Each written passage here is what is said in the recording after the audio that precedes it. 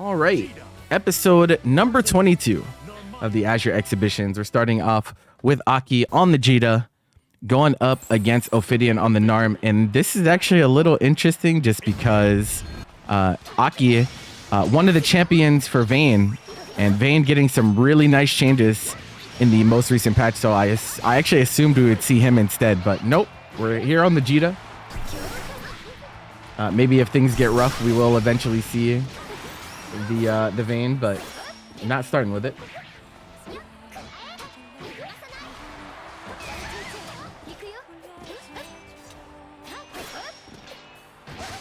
And Ophidian been grinding. One of the few players out there that does not play ranked at all, but is usually here most weeks and definitely can see the improvement week in and week out.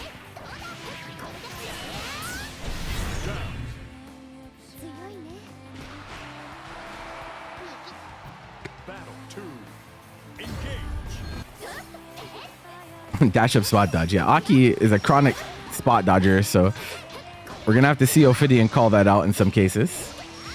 When that will be, we will see. Wait,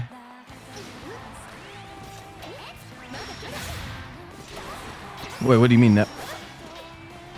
What happened?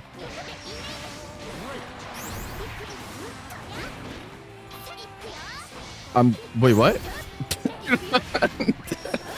Why? What happened?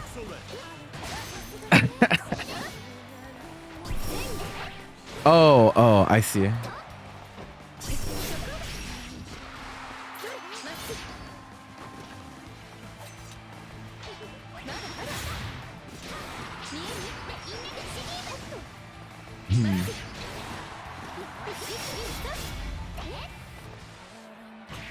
Actually shouldn't have any anyways. Get rid of that. All right, chip point here. Ophidian just needs anything, but don't go to him. Don't panic. So many opportunities here. No, it's not gonna be death though. It's not gonna be death. He's still on chip point, and if I would expect dash up spot dodge from Aki to bait DP, but okay, Ophidian. Nice, the active frames gets through. Grimnir and Trevoni both with the tier 1. Oh, you think that's funny, sheep? All right.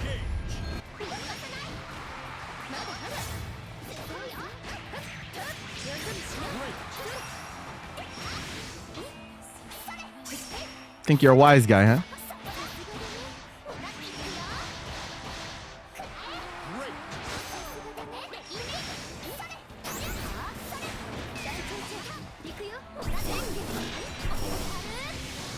Okay, -4. Yeah, and really trying to check with sweep, but Ophidian has not been standing up in pressure all that much, so hasn't been getting hit by that. Oh, the spot dodge. No combo, but we're gonna BC to get out of here. Get out of the corner too, which is good.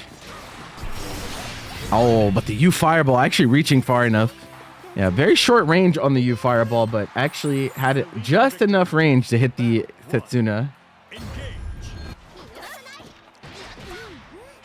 No escape.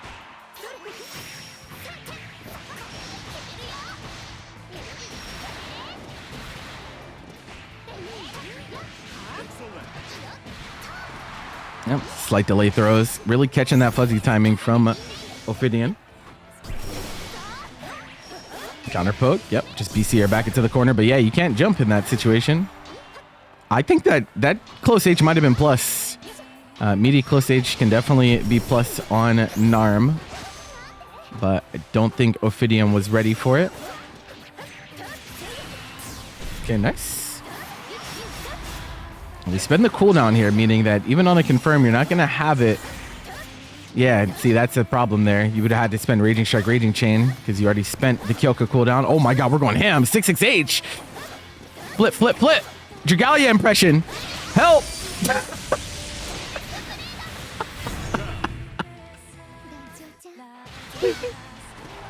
Okay.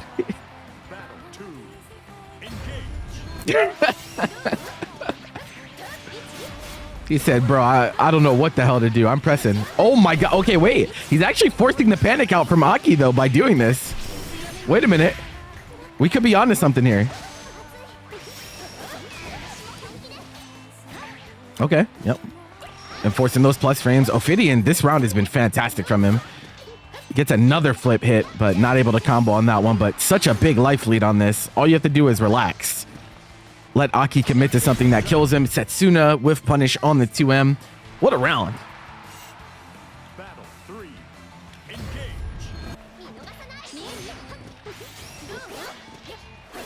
Oh, yeah, doesn't go forward with it. Just went straight up, so it doesn't end up hitting.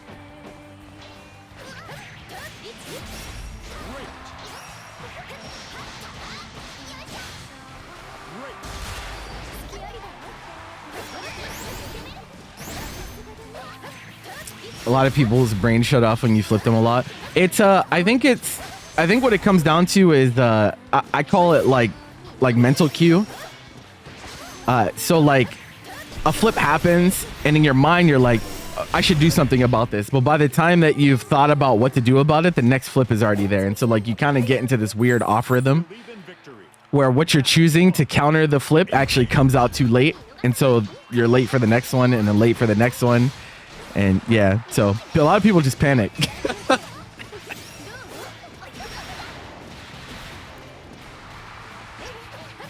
Oh, wow. Missed meeting. Ophidian with the press. Nice. Calling out that spot dodge. I talked about how important that was going to be this set, and Ophidian looking real solid right now. This might be the best I've seen him play thus far. Okay, yeah, challenge on the throw tech situation. We spend Yukioka. It's not going to be enough, though.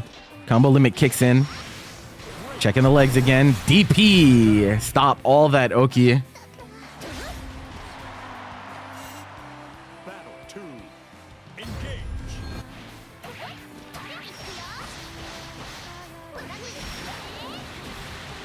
Also, how you doing, Akame? You didn't go to, you're not a head stomper, are you, Akame?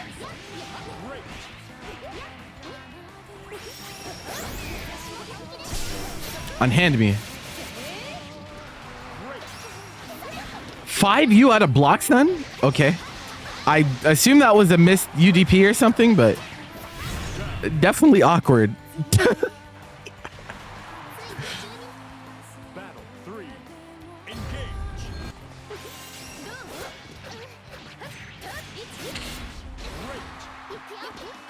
Thank you for the follow, Master Kaze. Appreciate it.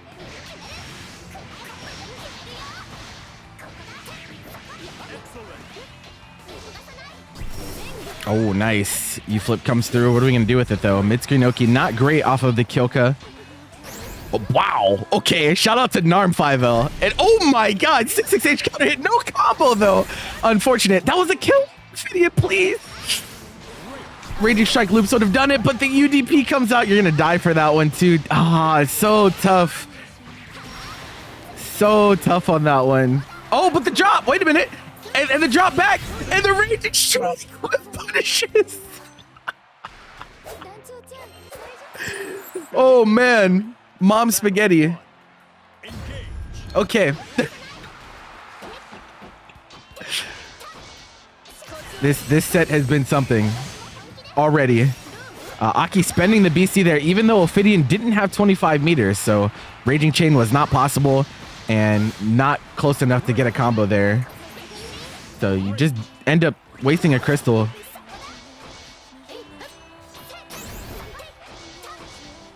Okay, yep, -4 in the slashes. Nice. Yeah, you can see Ophidian trying to play that footsie game, trying to force out these lifts from Aki, but you do have to be careful about tunnel visioning. Okay. Yeah, UDP comes out. I don't even know if that would have... Okay. It looked like the way that it hit was really awkward.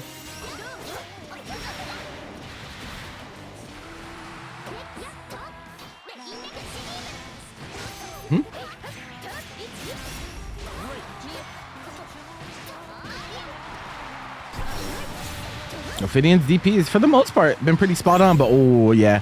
Throw protection. Trying to hit a meaty throw. On knockdown 9 frames of throw invulnerability. Got to be very careful about trying to do things like that. Yep, check the legs. Okay, and Aki ties it up 2-2. It wasn't clean, but it was a win. Even victory. Battle 1. Engage. Nice and even. We've cut this to a 1st to 5.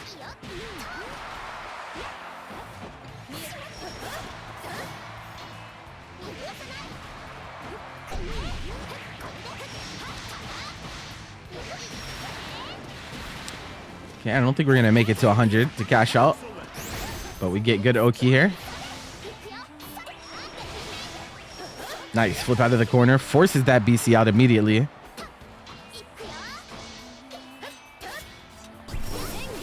Oh, recovers in time. Oh, then the Raging Strike comes out. And preemptive spot dodge, actually, on the transient. Very awkward timing for Ophidian.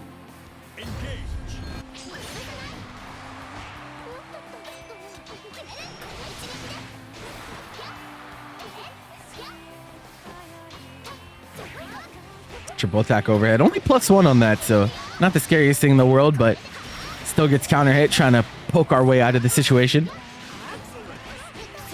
Oh, this time missed meaty. Again, Aki, got to be more careful on that Oki. Ophidian's been ready with these presses. Oh, nice whiff punish, but no cancel, no buffer behind it.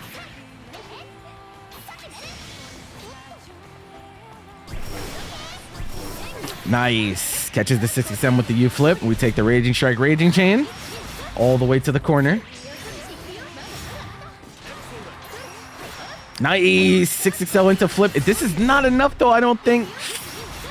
Yeah, combo limit kicks in. Got to be careful. No crystals available either. Any hit will do it, but no. Oh, chip becoming a factor. Aki, oh, just digs out far M. No fear.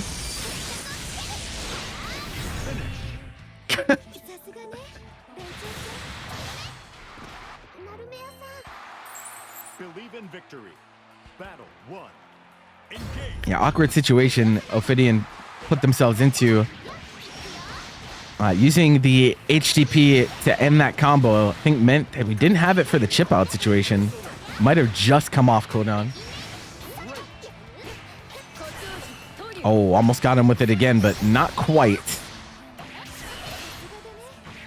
This is looking like a clean round, is what I would say if we just went into super, but we didn't. Crisis averted. Battle 2. Engage.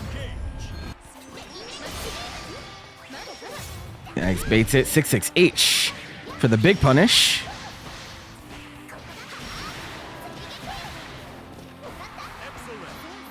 Now, Aki's combos have not been quite great, but their drops turn into DP baits. Don't worry. And we dropped this one too. Oh, wow. He actually presses on that and gets hit by the transient. It is invul. So. And another DP. Okay, Ophidian a little bit overzealous on defense here.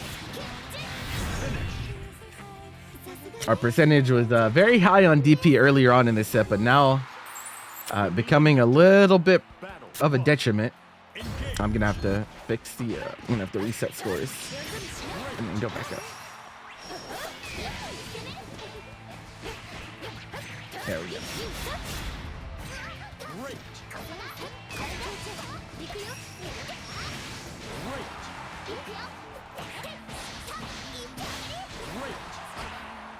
Oh, taps the legs, but doesn't believe. And that has definitely been a reoccurring theme for Ophidian in some of these cases. Has actually had the right defensive response, but not ready to hit confirm off of it. So ends up in a scramble. And we know what happens in scrambles in Granblue. Oh, that is plus, but oh, again, no hit confirm on that counter hit 5L.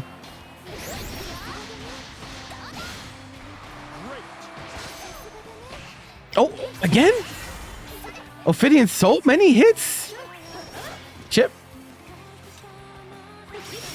Okay. I don't know if Aki wasn't looking at his health bar or what, but menacing.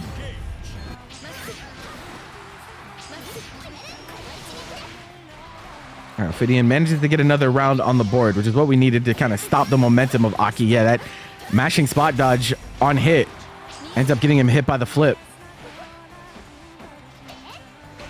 Nice counter poke, but again, Ophidian has got it. You've got to believe. If you're gonna press, I would love to see a Raging Strike confirm, a special move, something. Okay, are we gonna spend here? He's been not great at hitting that, but no, we decided to save it in the 5U. This time hitting, I think that was a button attempt from Ophidian. I don't think he tried to throw tech.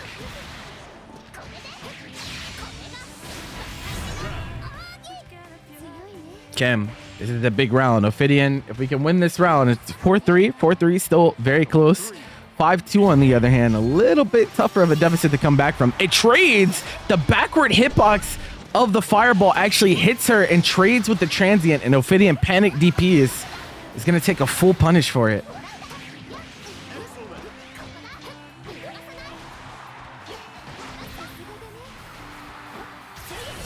Okay, give me your crystal. Nice, but no hit confirm on that. It was a little far, so you'd have to do an M button instead, but it was crouching, so it made it a little bit easier. Nice, and we get a full confirm here, the good stuff. I would, oh man, I think I would have even done Raging Strike, Raging Chain in that case. You might have been able to get a kill. Spot dodge, nice, we get the punish. Ophidian answers back. 4-3, the set goes on. Believe in victory. Battle 1. Trying to keep it close, keep it respectable. We are scrambling, bro. We're scrambling a little bit. Again, give me your crystal. Aki starting this down 2 crystals just like that. Neither player has really spot dodged a Raging Strike yet. Nice, yeah, trying to use the transient to get out of the corner, but that one, no, the invulnerability is not reliable.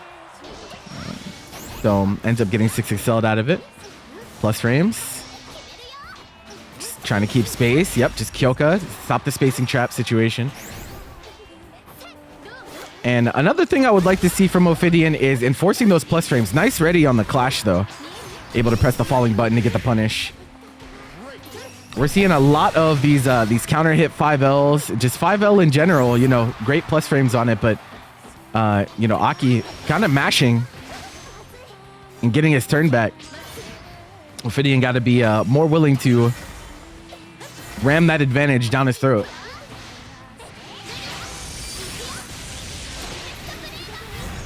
Okay, SSBA to claim the round. Very back and forth in that round until that point. Absolute slugfest between these two thus far. Oh, tried to get that whiff punish. Doesn't quite get it. Clash again on transient. How many of these cursed situations are we going to see? This time goes for MDP. It's not going to go.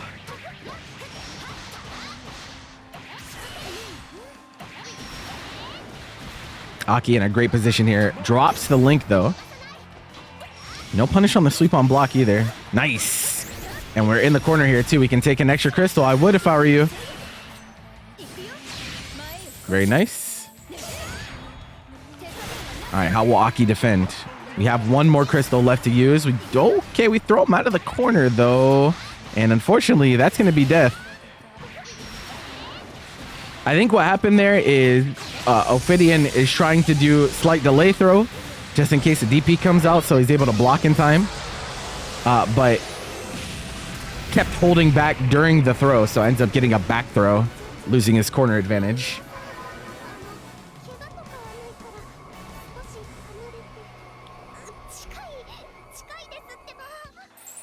Believe in victory. Battle 1.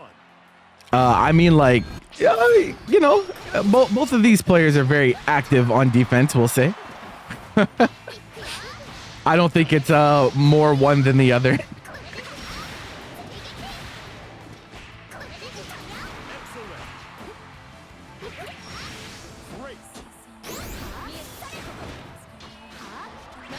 Oh, wow.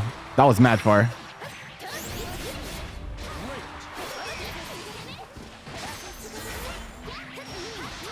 Yeah, button throw tech leaves you minus, so got to be careful about pressing in those situations and Yeah, the corner trap with you Fireball, so potent.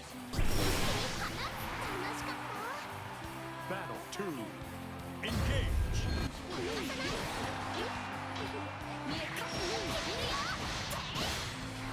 Great.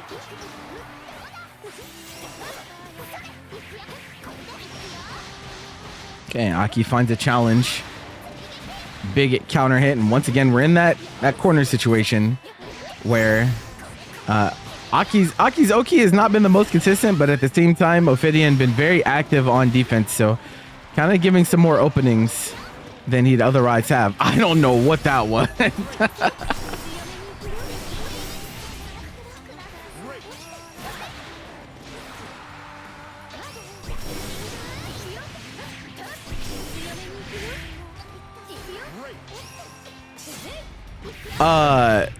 Well, I mean that's not true. Gran has higher usage than Djeeta overall. Believe in victory. You might see Djeeta more in these places for a reason that might not be immediately clear, but the player base is I would say the player base is pretty dominantly male, and they are attracted to women. And so you see Djeeta more.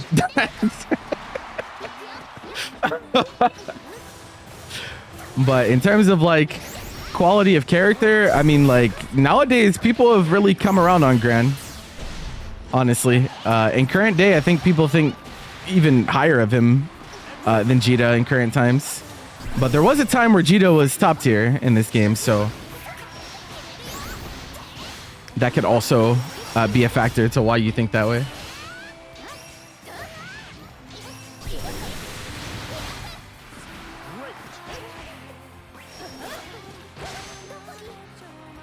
I see. It do be like that. Yeah, usage wise, based on the official stats that they give us, Gran has 4 point. Gran is the third most used character in the entire game, and Djeeta is 7th. So he's the character. Just to put it into perspective.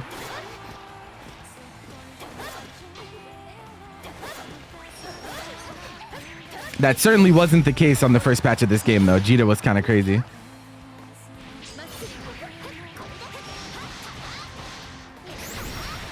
Who's first? Beatrix.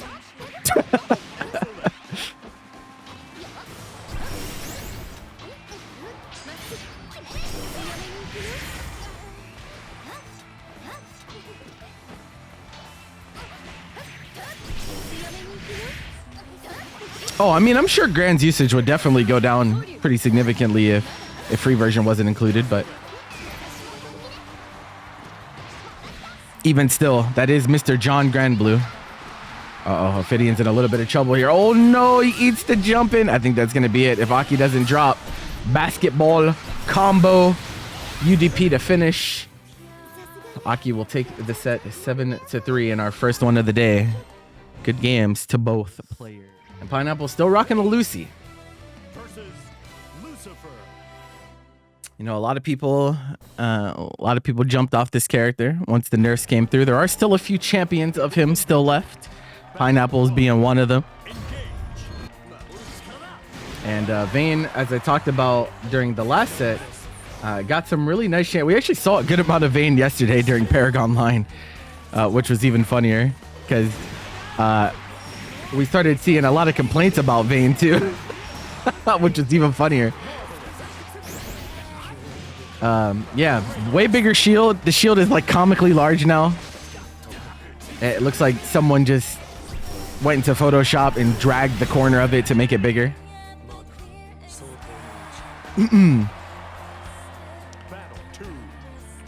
And Queen Aurora with a perfect on the first round. Yeah, Vane just out here just swinging.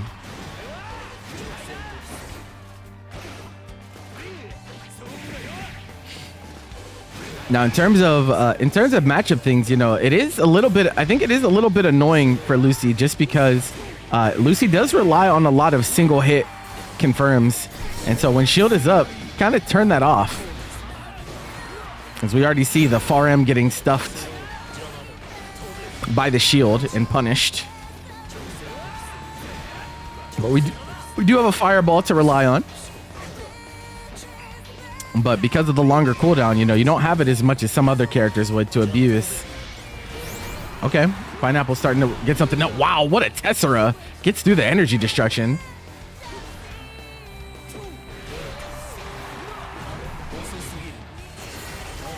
Nice. Button, Raging Strike. Is this going to be enough? 75. Oh, no. That could be a little bit of the rust from Pineapples.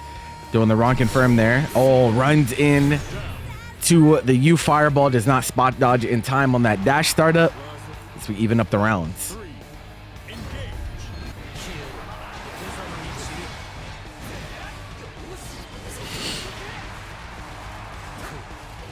Again, the second big throw bait we've seen. Oh, no hit confirm on that 6XL. Could have been huge for Aurora, but instead, Pineapple still has a chance to bring this one back. Triple attack overhead, gets the spot dodge through. Oh, wow. I actually wasn't sure how that was going to turn out, but the bonk hits before the fireball gets there.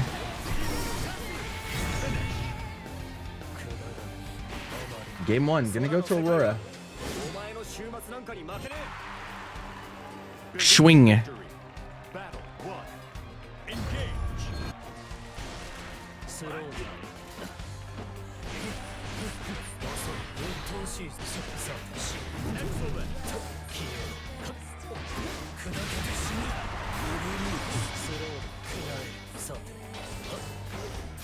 So Aurora talked about how she's kind of a refugee from Tekken, an Eddie player over in Tekken. And so what I'm curious to see is how she uses some of the system mechanics, because so far we haven't seen any Brave counter from her, which of course is a very important part of the game. It just might not be as used to using it. In those situations, those corner trap situations, you're going to be really hard pressed to find your way out if you're not using all of the mechanics available to you. You see Pineapple is just staying space, looking for some type of whiff. Plus frames. Okay, gets the throw, but gets tapped low.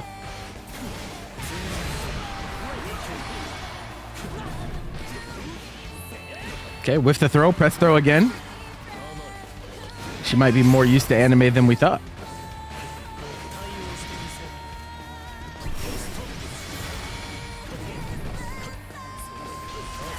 Whoa, okay. Pineapple spends his last crystal on that though, so... Oh, could have died there, even. No hit confirm there from Aurora though, and we're approaching level 5. But the more important thing is... Oh, okay, well, it's not gonna matter. The Tessera acting as the throw bait.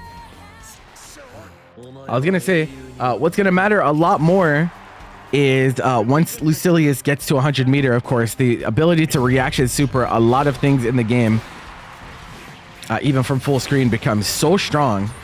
But we didn't even make it to that point. Pineapple's gonna tie up the games.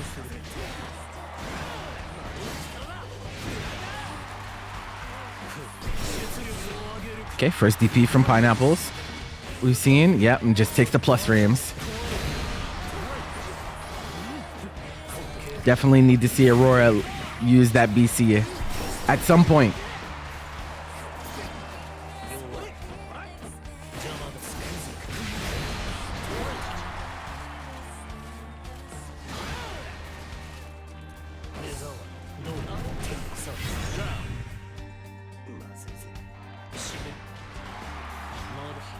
Pineapple is definitely starting to lean more into the throw tech weakness that we're seeing.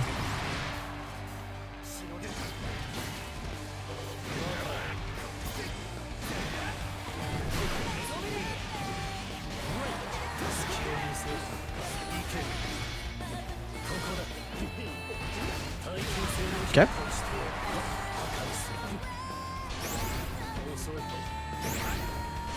Oh, we were trying to 2M, bro. Relax. Murderous intent on Pineapples.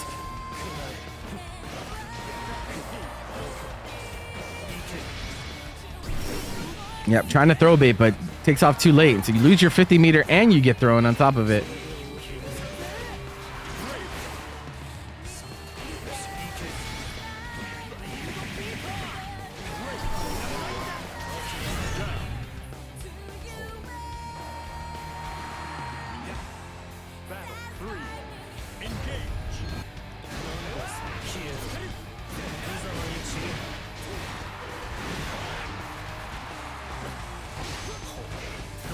Okay, yep. Tech on the tick throw. Oh, that was awkward situation. So we're starting to see some spot dodge come through from Queen Aurora, but no BC just yet.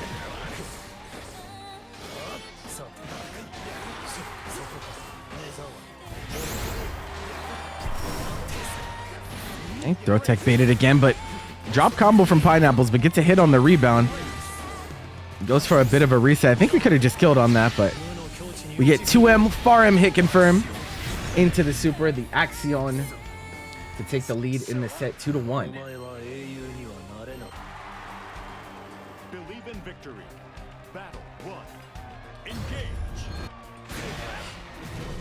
Oh, okay.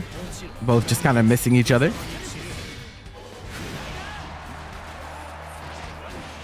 And we're seeing Pineapple try to use that 5U a little bit more. Lucilius players in current day are starting to lean more into that as they can't just throw out specials in order to gain the blade level anymore like before.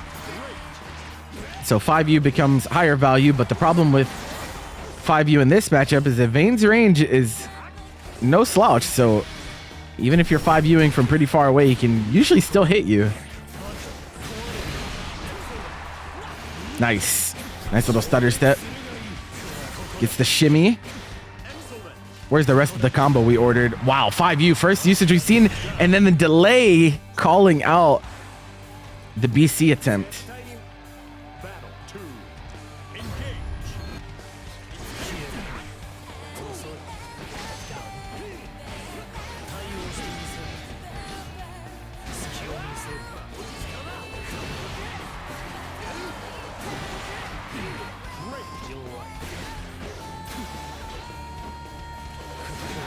Okay, recovers in time. Doesn't have to worry about taking a punish this time, but take our turn back on Tessera. And we have good corner positioning here from Aurora. Got to be careful. Yeah, I was just going to say, you got to be careful about where you're occupying behind the shield, though. If you're not right on top of that shield, 6XL becomes such a strong option to deal with it.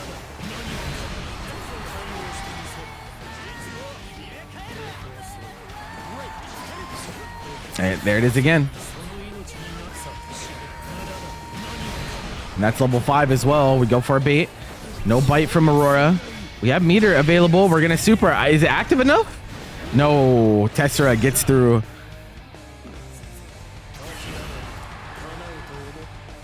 Battle 3. Engage.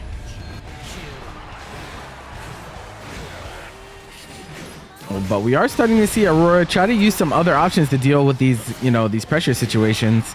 Before it was always throw tech. Now we're starting to see a little bit of super in there. We haven't seen DP from her yet.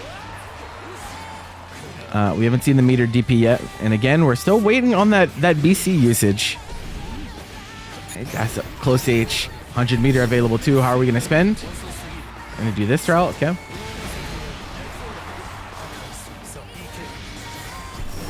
Oh, and then, yep, gets the throw bait once more, but doesn't do a good combo. I'm sure that was death on level 5 Lucy, but instead, Aurora going to get another chance to bring this one back.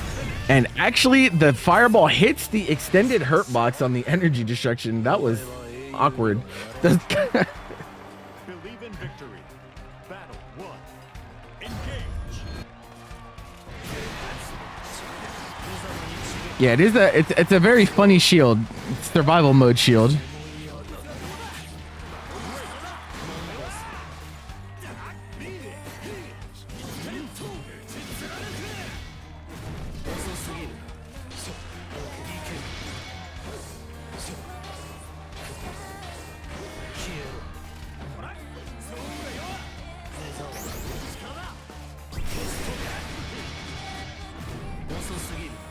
Yeah, and I don't think Aurora knows that you can spot dodge on the ultimate wheel. It looks like it would be so active it would hit you afterwards, but you actually can just get through it cleanly.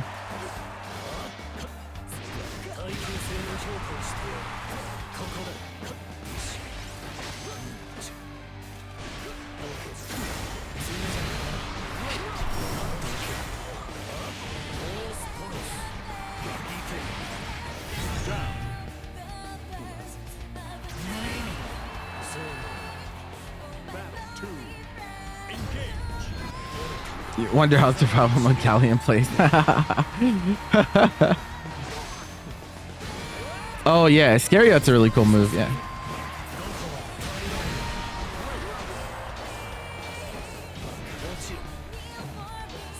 King Tim with tier 1. Thank you, bro. 30 months. Nice 2.5 year upgrade. Appreciate you, brother.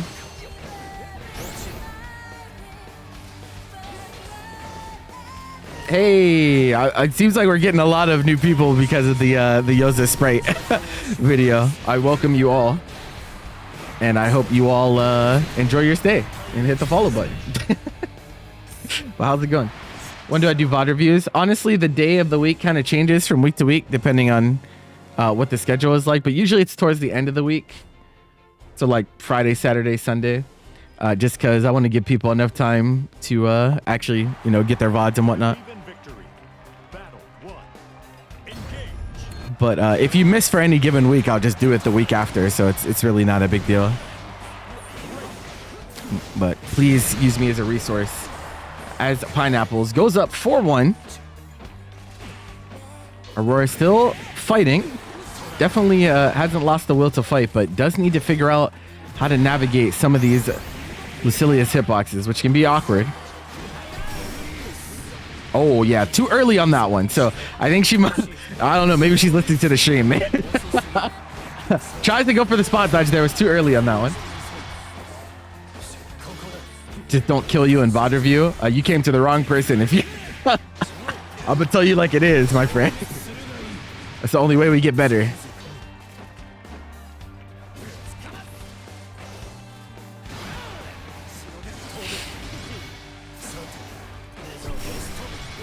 Okay, plus frames. Again, have not seen DP or BC from Aurora yet. Chip gonna become an issue. We decide to super and it's not gonna go. It's too far away. But we recover in time. We're on chip point though. Yeah, not ready. Ophidian? I don't know if you unfollowed for that, but all right.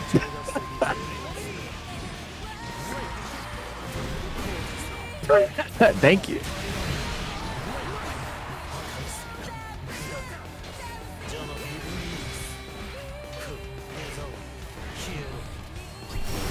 Bonk. Oh, we get rid of the 50 here too. Oh, 66H coming out. All right.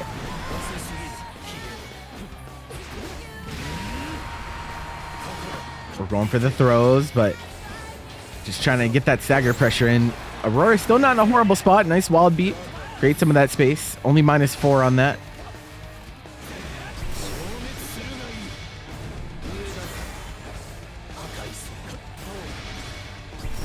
Ah, but again, the throw tech bait, unfortunately, once more. Whenever Pineapples really needs it, he finds a throw bait. Believe in victory. Battle 1. Engage.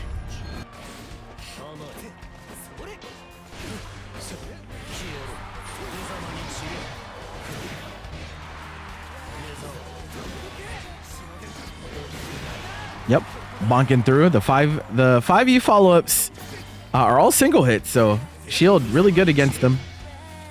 But the fireball, on the other hand, has been the real issue. Yeah, so when the fireball makes contact with the shield, it actually slows down for a bit, and I think that timing is what's making Aurora spot dodge timing be off.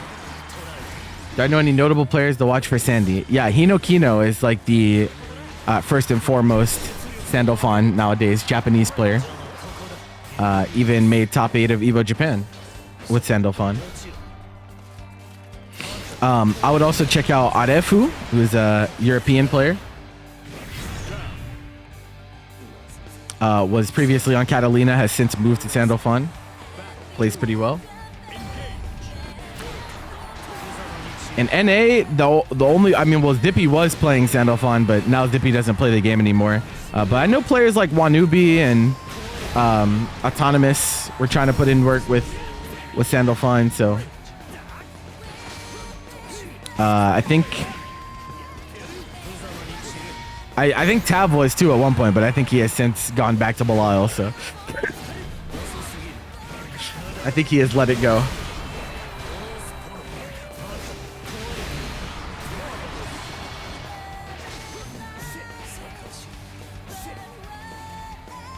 tapping the legs, but no. Yeah, that's gonna hit, I believe. Yeah, multi-hit. That's what I mean by 100 meter on Lucilius, especially with that damage boost from level 5. He just shuts down the game. This is an open bracket. I believe that was only 6 Aurora, so we're still but unless I missed one. I don't think I did though. Oh, okay, we have another character. Okay, Beelzebub. All right. It's another character that's recently been buffed. So we're gonna go to it to see if we can get anything different going. This is neither. So it's neither an open bracket nor is it specific skill levels. It's not a bracket, it's an exhibition series. But they are open to everyone. We don't restrict by skill level or anything like that. But if you wanted to sign up for next week, you can type !exhibition and do it that way. Yeah, we have people of all different levels. Queen Aurora, actually pretty new to the game, she made note of on her sign up sheet. So, yeah.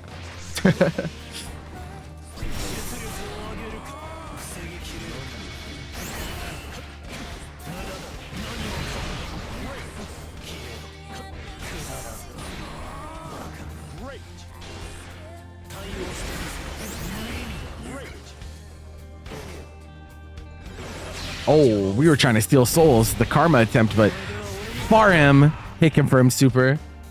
And I love that we get the lore voice lines in this matchup. Beelzebub is just screaming all the time.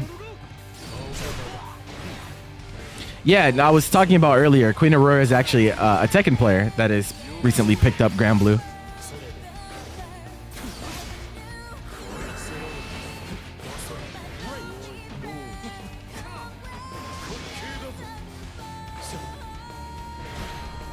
Girl, but that's besides the point.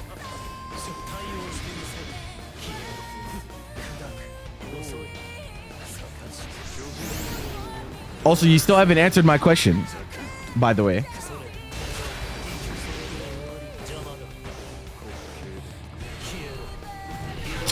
Tears. It's never been more over than now.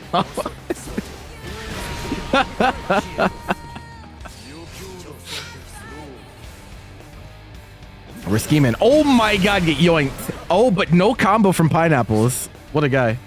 Who's dropping level 5 Lucy combos? That's too far. No, I like the idea, but you're not close enough. No. Would have worked.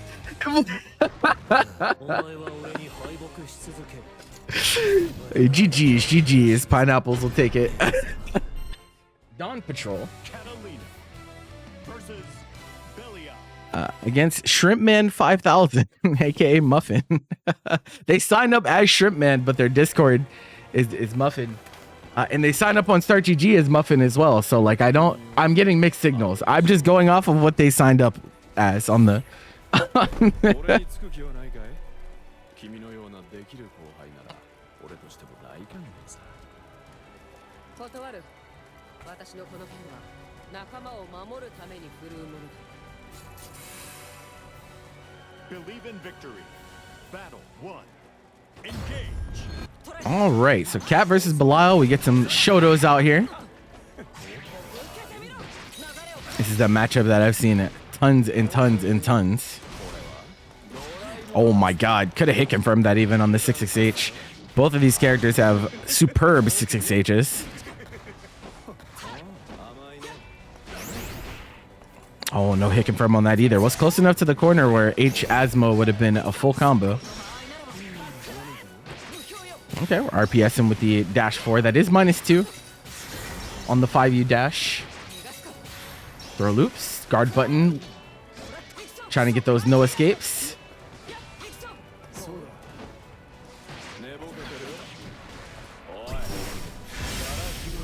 Oh, this is the long knockdown.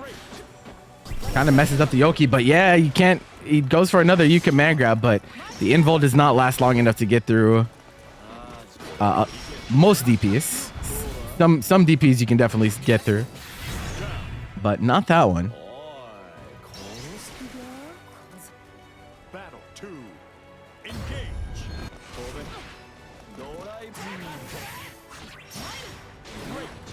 Oh, nice. Yeah, that 4M, so good at just stuffing any type of approach. Just kind of throw it out. It's 2 hits. Really, really nice button to buffer things behind. Dawn's going to have to be careful about overextending on that pressure.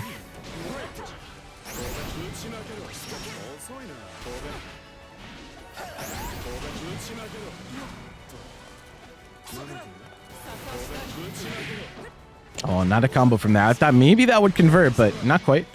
And we're using a lot of fireball right now, just really pestering in the neutral. Pretty even on life here. He's gonna get that key opening. Gets a throw. Another throw doesn't kill.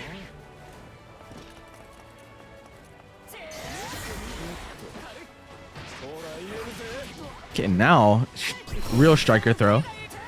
Oh, and misses the 6-6L. Gets whiff punished by Shrimpmans. It's looking like we might have a pretty nice back and forth on our hands this set, ladies and gentlemen. Double clash, triple. Okay, I was like, one of you's got to stop eventually. DP from Dawn comes out.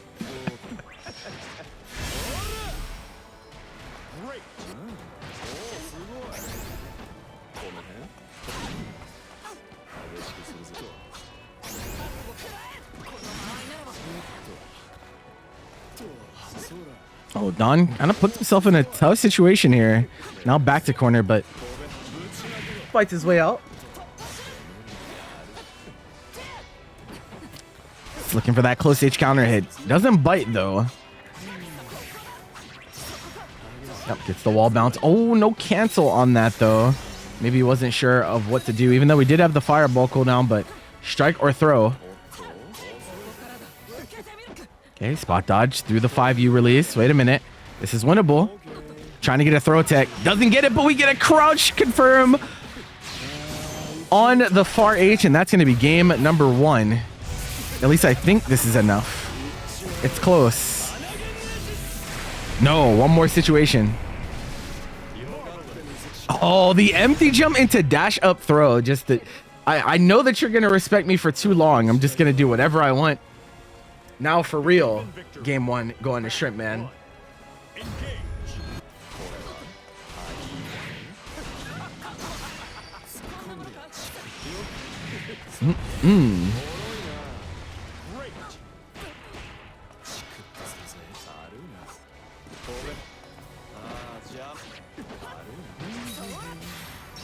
You actually have to be a little bit careful checking after Belial 668 in particular, as it can be spaced to be up to +4.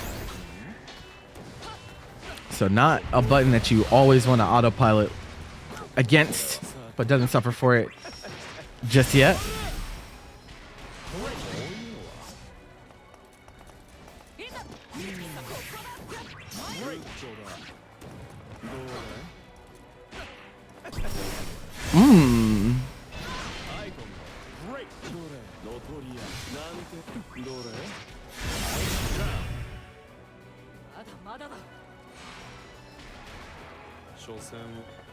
Battle 2. Engage. Wow, what a clash. So many clashes this set already.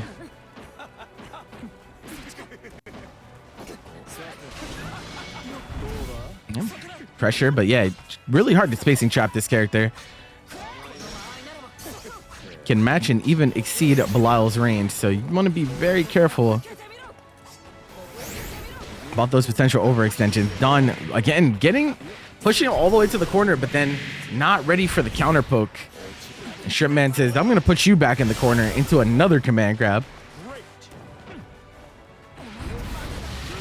And no Raging Strike, Raging Chain on that, though, so we're not dead.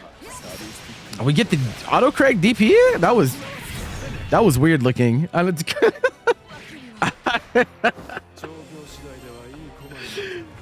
The Shrimpman will go up a second game. Battle 1. Engage.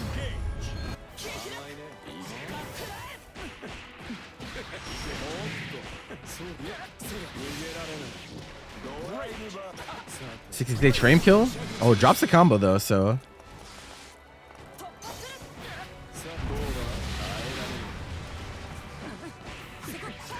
All right, press immediately. Says, I don't want to hold this anymore. to the corner. Not close enough to get that 6-6H, but doesn't get punished for it, so not a big deal.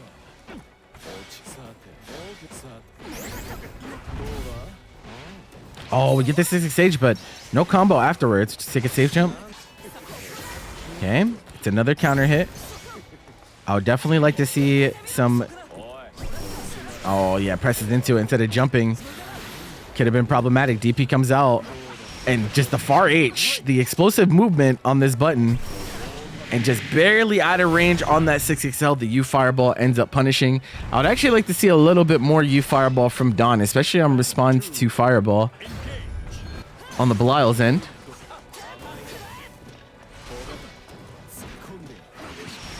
Yeah, that's what I said. You got to be very careful about that 6-6H spacing.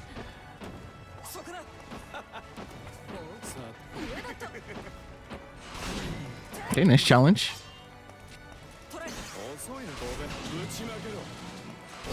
There it is. Oh, tried to run a little bit too deep. Gets thrown.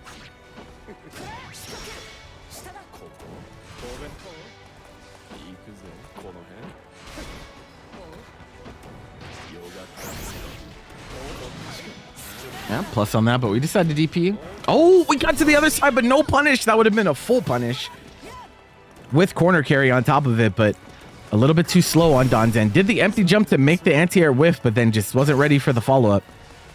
Nice. Yeah. Cat, another character. Told both of these characters have exceptional 6-6Hs. Cat's being -4, covering a lot of ground. Unfortunately, that's not going to be enough for Dawn, though. Needs another hit. Okay, give me your crystal. And Shipman spending that crystal, even though the meter was not there. So nothing guaranteed would have happened afterwards, but the autopilot sometimes.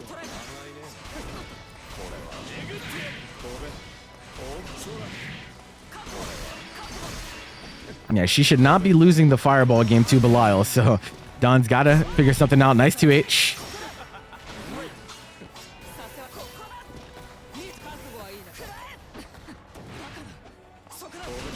Okay, backs up out of the range. Nice. Stuffs the U skill. That 50 down the drain. Nice. Even gets the anti-air with the far H on the other side. And Shrimpman has really been looking for those counter pokes off of back tech mid-screen. Dawn, in response, can either opt to just take the 6XL meaty or maybe stop short and press a further button like a far M. But I don't think that he has noticed just yet. Oh my God, steps on the toes. No combo though. You do get a combo on normal hit on 6XM from Belial. Oh man, the jumping in to the close M gets the counter hit, and we have plenty of meter.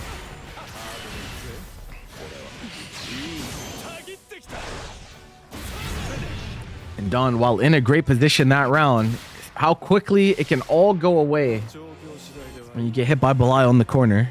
Believe in victory. Battle 1. Engage.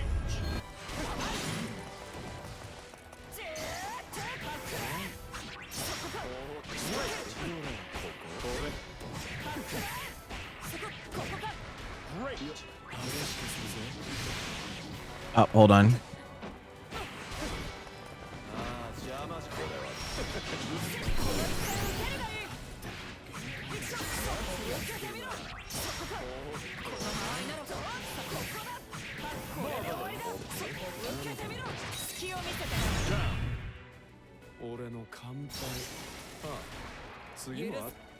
Battle 2.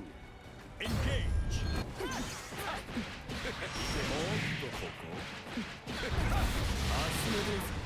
Excellent.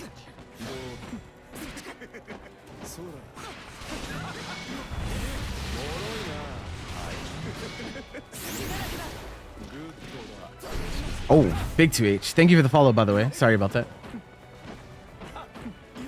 Yeah, and it's important. It's important against this character now to make sure that you are offering answers to 236H, as the follow-ups are much worse than they used to be.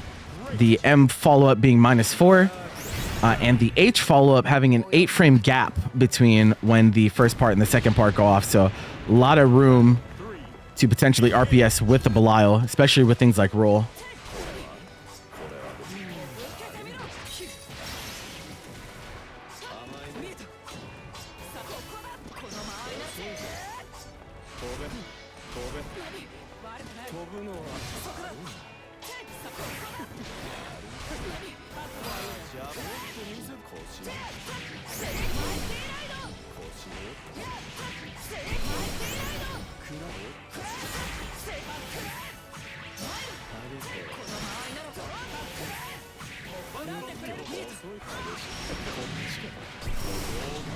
Okay, we're going to take corner here, but as long as Dawn does not eat a max damage starter, should be fine. It's still fine, even taking the crystal away. That's a punish. Oh, but wasn't ready. Bashes out the U command grab. Uh-oh, this might get ugly. 50 meter available for Dawn. We have one more crystal left too if we need to BC. Everything is fine. We're just looking for a fireball to U fireball in return. No hit confirm on that. And then the post far H situation, Shrimp Man again taking another game. Dawn has been so close in so many of these games. It's just having a lot of difficulty closing out.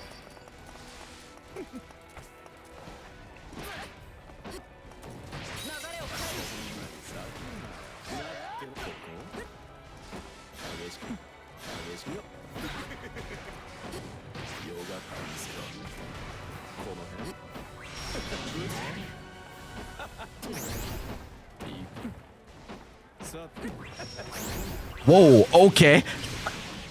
Instant jump JL to get away from the command grab, then gets punished by DP on hit. That's an awkward one. These things happen. These things happen.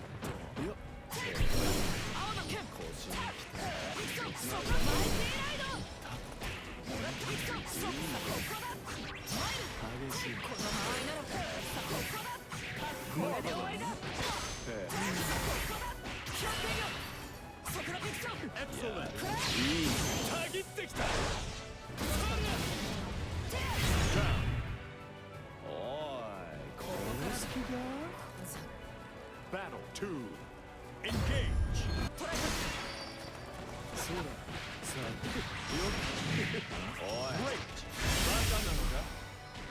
Great.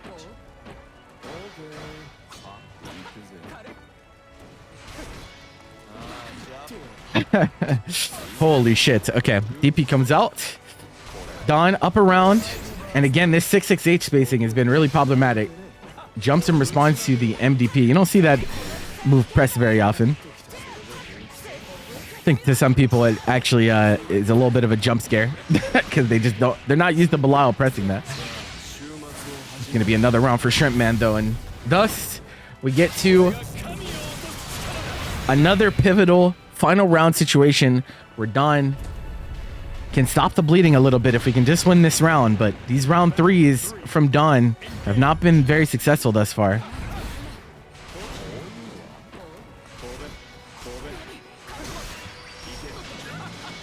It's fine. Now Fireball's on cooldown, so... Okay, challenge. We are starting to be a little bit more active on defense, which I think is important. You don't want to let a character like Belial run you over, but at the same time, you know, his frame data, very good. Wow, low profile on that. Gonna be an issue.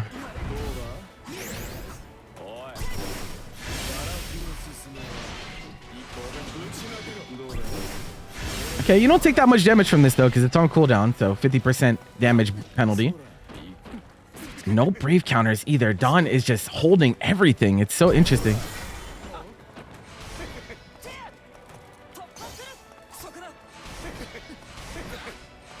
I'm not looking for that U fireball. The 6-6-H again. Chip now becoming an issue. We get the whiff punish. Can we get there? We do. Oh, but no. And that's 2 instances of chip as well. Because it doesn't jail. Oh, no. Oh, no. I really thought we had something there with that U fireball confirmed. We even got the 6XL, but maybe was afraid that he would get far him instead of close him for the triple attack. But I think you still go for it that close to the corner.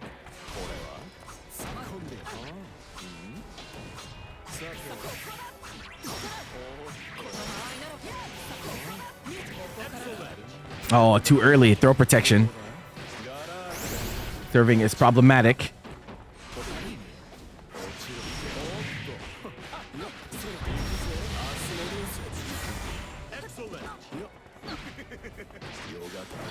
Okay, striker throw.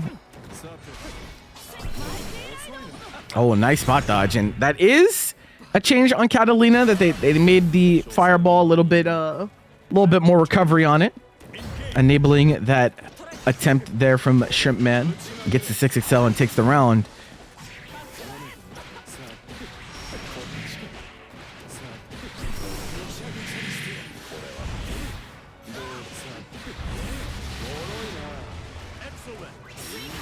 Okay, DP needs a little bit more space. On there, nice, but doesn't commit to the forward dash on that one. Nice, 6XH again. That spacing trap has been really good. Okay, we have meter to kill here. We just need a hit. No punish on that 2H. With 2H into far H, Shrimp Man does not care.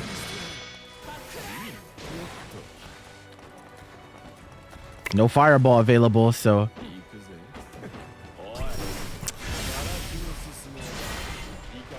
another U command grab, no meter left, but now we get it. The 2M into the U fireball, the classic for Katalina.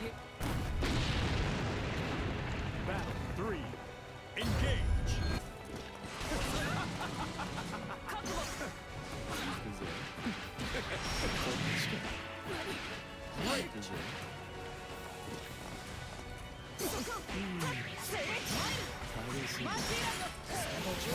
Okay, Dawn in a great position here. We just need to maintain the offense. No escape loops coming out. We're going to see a DP here soon. No, tries to steal a turn with far H. And again, press it into that U command grab.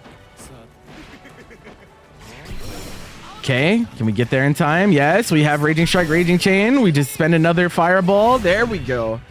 Finally, we see Dawn able to close out a full game. It will not be a shutout. And the road to recovery starts with just a single game. Can we get more, though?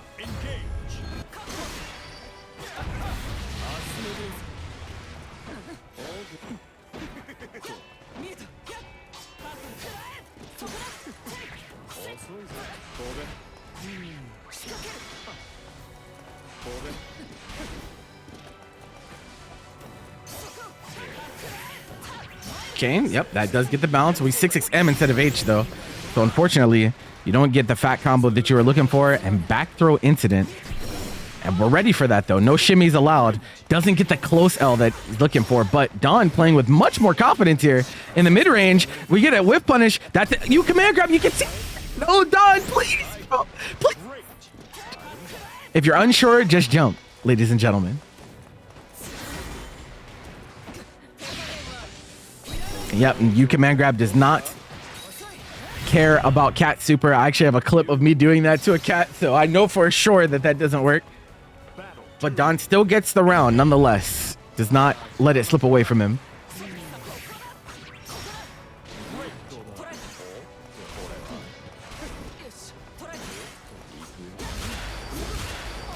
Yep, double clash. Goes for DP because don't want him to play the throw tech RPS situation. Yep, check the legs. Trying to walk back in that neutral. Gone with a little heady. I like what we're playing right now. We can look for a U fireball in these fireballs again, but... Oh, we're dead here. Just like that. 2 games straight for Dawn. It's not over till it's over. That's why we played a 7.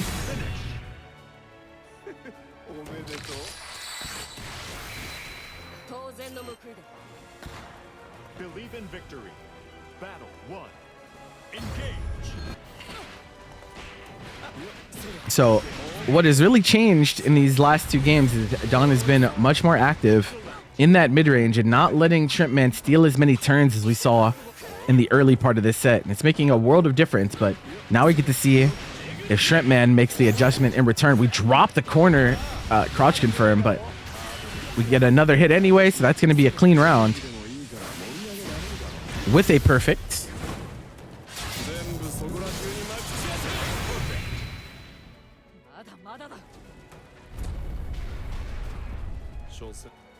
Battle 2. Engage.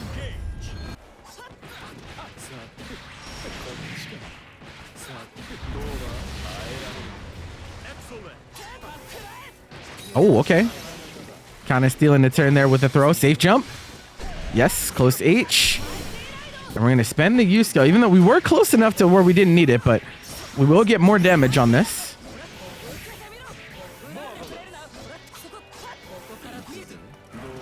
It's almost time for that U command grab to come out. Shipman has been going to that when he really needs it. Okay, this time 5U rather. We haven't seen that very much, but we get hit trying to jump away on the 5L, and I think you just die. It's close. No, you're alive. You're alive. Thanks for having all your crystals.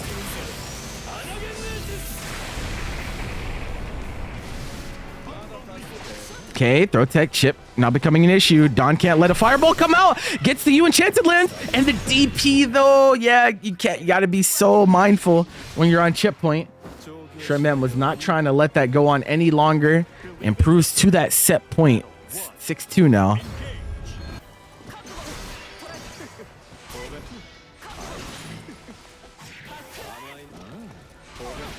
Oh, DP trying to fireball maybe? I don't know.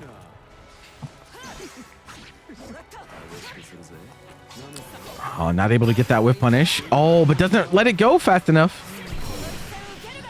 You get that one though. To the corner with you. How's our Oki looking? Nice break on the throw, but trying to get out of the corner. Cap buttons, perfect for corner trapping. Wow, enchanted lands on wake up. There's some energy here.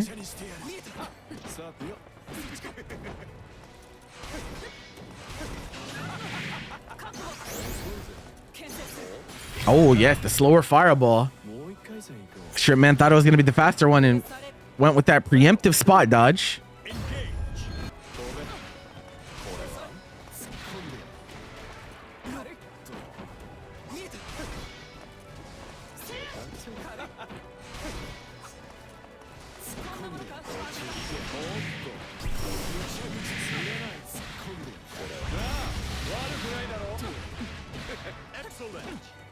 Oh no, close to H counter hit, but didn't have any cooldown, so that combo not as optimal as he would have liked it to be.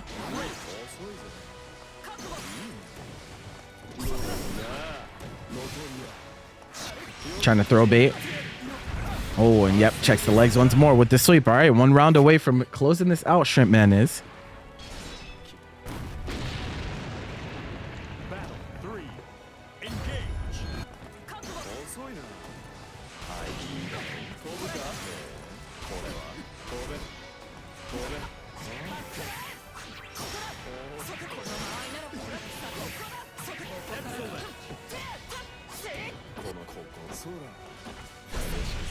Oh, another close H counter hit. Dawn getting caught wiggling. Not what we're looking for.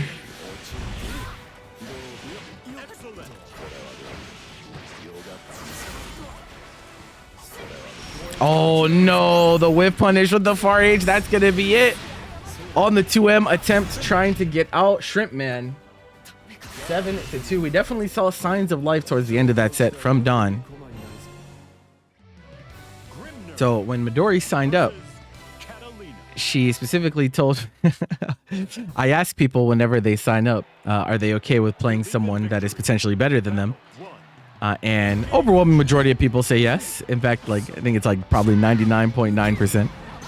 And Midorii in particular said, please do. I want to get my ass kicked to learn. And so here we are. She's going to be up against one of the stronger Grimnir players in NA. And it's not going to be easy. But this is how we learn.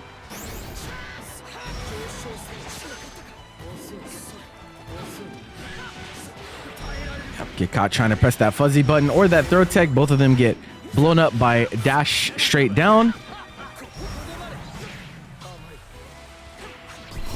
Nice. Okay.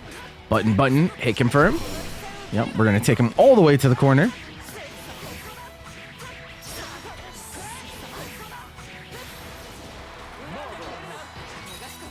Nice. Yep, trying to keep him in jail. Really hard for Grimnir to poke out of these situations, especially when you're out of the range of that first hit of Far H. We're looking for it. Now, Cat's 2H is pretty good for anti-air purposes, but Grimnir, of course, has so many more angles that he can cover than just normal jump. Battle 2. Engage.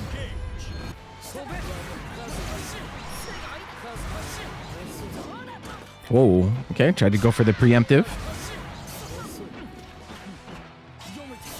Oh, that's... Oh, not actually a punish. Thought it would have been, but it's not going to be this time. Yeah, and Midorii expecting for H Fireball to come out there. That's all you saw the U Frozen Blade come out from her, but instead, Deathrite Tempest into a mix-up, but we don't combo. And then checking the -2 situation. That is RPS, as Grimnir can choose to spend another seal to frame trap you, but she wins out this time. And yeah, can't threaten Fuzzy. It almost feels like Yobu is like used to going through the motions to set up Fuzzy. But obviously that does not exist anymore, as his name indicates. Bring back Fuzzy.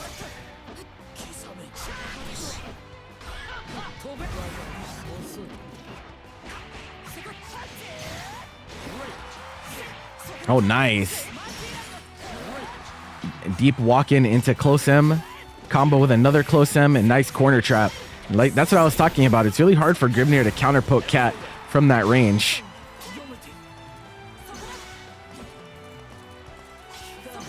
Even his slide can be punishable on hit depending on conditions. That sucks. He gets behind. Yo, that is so tough, but she doesn't lose the round for it. Could have been a disaster.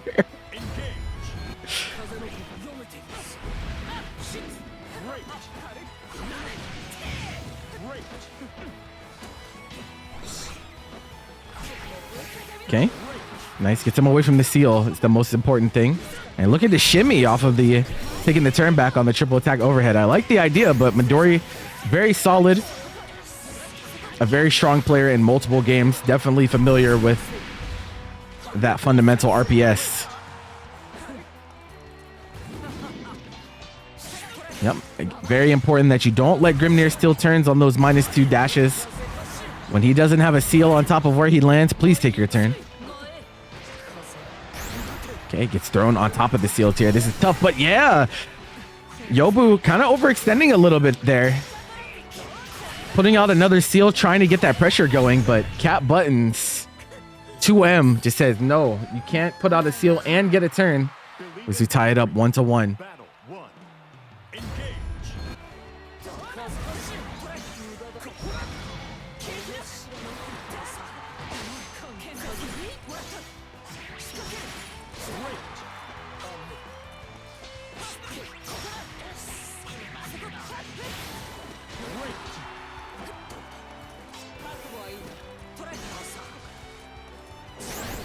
Okay, it's the slide, yeah. Unfortunately, Grimnir's slide only knocks down when you're like pretty close. So in terms of its utility, it's usable, but can put you into even worse of a situation than you started it in. So don't see them lean on it too much. Oh, nice. We caught him holding up. The nice little stutter step. You saw the button into dash up button. Trying to get him to wiggle. He didn't bite on the restagger, but tried to hold up during the jailing pressure.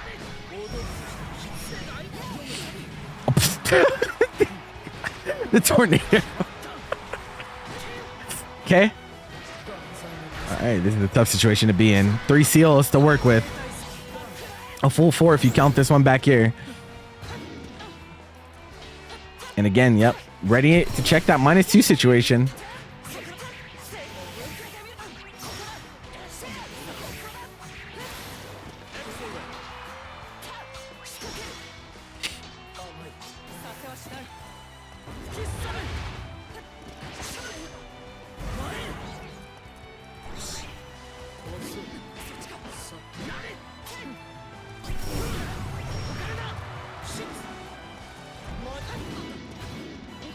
Okay, tried to frame trap there because Midorii has been very good about checking the -2s, but she still doesn't bite.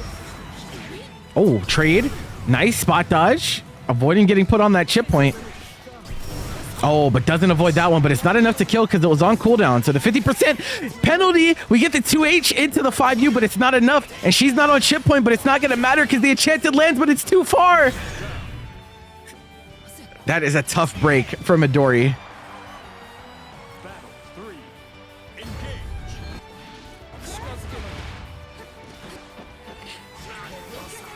Yobu stays alive in this particular game. That could have been a disaster. Katalina, in that case, cursed by fantastic range. Has the buttons that are long enough to reach, but Raging Strike, on the other hand, not so privileged. Oh, yeah. Far H counter hit. This is a really tough situation to be in. He can throw bait here if he wants, but yeah, it's like, it's not as scary when you don't have a seal down on the ground already. Oh, wow. The double on that one goes back and then diagonal down to hit Yobu. We'll take the game after being on the brink of defeat in that game, too. That was very close. Midorii said that she was going to get her ass beat, but honestly, this has been extremely close thus far. Maybe selling herself short a little bit.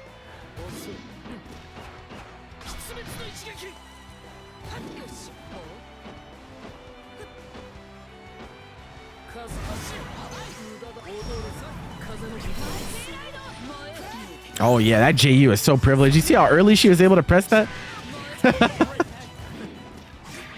Nice. Great patience on that. Don't want to get too antsy when seals are in play. Okay, so one thing I'm noticing is that Yobu, after one button on block in the corner, is standing up a lot and actually walking back a little bit. And that might be because he recognizes that Katalina, her low poke options, since 2M is not an actual low, that when she spaces herself out, she has to commit to something like sweep if she wants to cover the range. But if Midorii's able to notice that, could be big punish opportunities.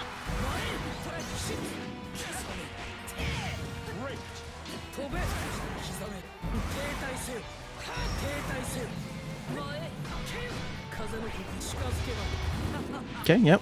Use the steal to get away, but now we put ourselves in the corner. Okay, sweep coming out, rare. Ah, there it is. The check with the sweep, exactly what I was talking about. Got to keep him honest on these strings. Okay, seals are up. I'm going to see a throw attempt here soon. No, we BC him away from the seals. And nice little delay. Caught something. Not sure what Yobu tried to do, but anyone's round here. 100 meter for Yobu available. And went for fireball there. That definitely looked like an accident, but accident or not, you're in trouble here. You fireball, link into you Deathrite Tempest for the combo. Yobu goes up another game. Oh, yeah, that was misspaced. We'll just take the punish. There it is. So I was talking about the stand-up. So now we're starting to see the 5L, 2L on the string. And now more hard committed to down backing because he knows he just got blown up for it. You can see how the players respond to how they're getting hit before. Now Yobu's not standing up because he's like, I really don't want that to happen again. Wow. Okay. Shout out to Far M.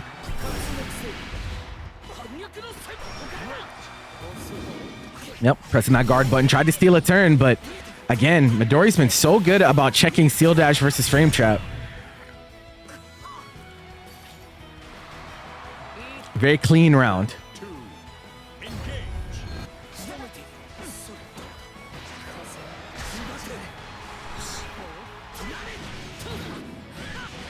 Okay, big damage. And of course, it's Grimnir, so a setup to come as well. That one's a little misspaced. Yeah, I was going to say, You'd want it a little bit closer so she doesn't have even time to start up a move. And that was a jump. Not even a counter hit, no throw tech, no fuzzy button or anything. Just got hit, but dropped and then tried to 2L. Ah, yes. The classic. All right, big round to win or lose for Midorii here.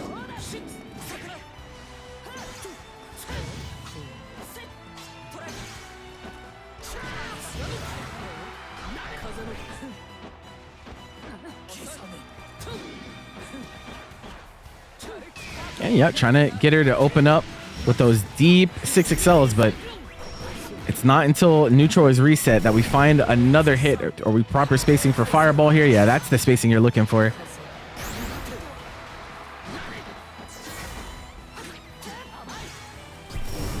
Okay, nice. Spot dodges through. Yobu trying to make something happen here, but oh wow! I thought we'd be able to get out the air button, and that crushed. And then the corner steal afterwards.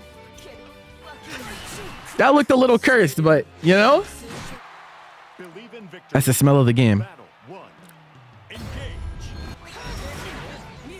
Yeah, so Midorii actually employing a strategy that we see from Gamera when he fights Grimnir on Beatrix. And so what you'll see is H Fireball, the stationary version. What Gamera will do is he'll mash far H and you'll trade with Grimnir. But the important thing is that the fireball goes away when Grimnir's hit. And so we're seeing Midorii force that same dynamic with 2M in these situations. And it's been working out for us so far.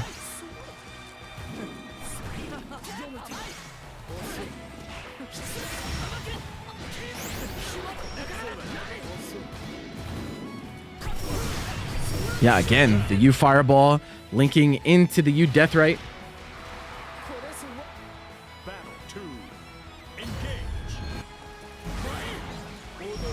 Nice jump.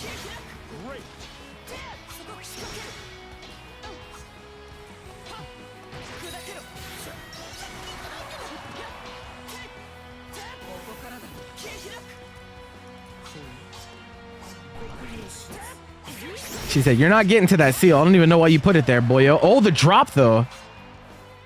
And you see how like more anchored Yobu has been on defense ever since I called out the stand-up habit. Now he's way more willing to actually hold down back after getting exposed by the 5L2L trap.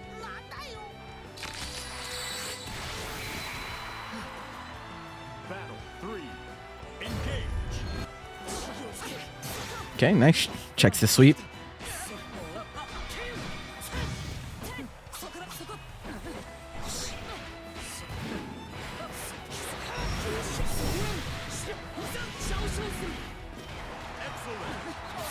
Nice. Oh, no punish on the whiff throw though. Okay, back to neutral we go. Nah, you have to do that earlier. It is a good option against H Fireball, but you only hit him there if he autopilots into seals afterwards. And nice re-stagger. Can we get there? We do. To the corner.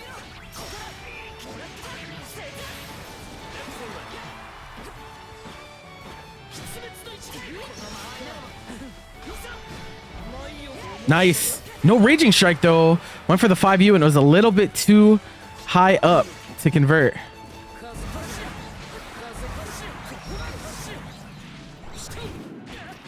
And just pulls up on her. Midorii not ready for Grimnir to get all the way over there that quickly. And thus will be another game. Every single one of these games has gone pretty much down to the wire. But Yobu has been clutch in these last hit situations.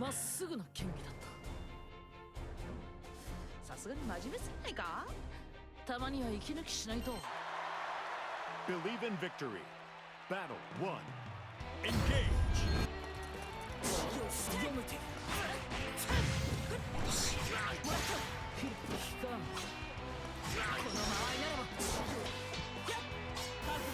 I really want to see Midorii start to use sweep in some of her strings. Just as a check, you know? Oh, big 2H. And we delay enough to make sure he falls right into that optimal combo spacing.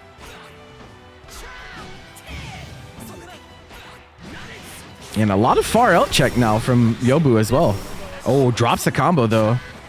The U seal not getting the hit there, meaning no extra damage on that. Yeah, you got to be careful about overextending when seal is in place. You can be in places that are very uncomfortable for a lot of characters.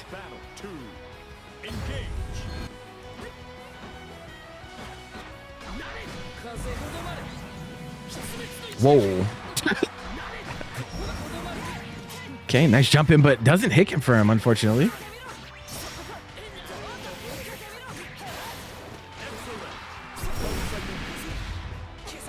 Kizabe. Yep, 2H getting that combo into NATO, even on non-counter hit.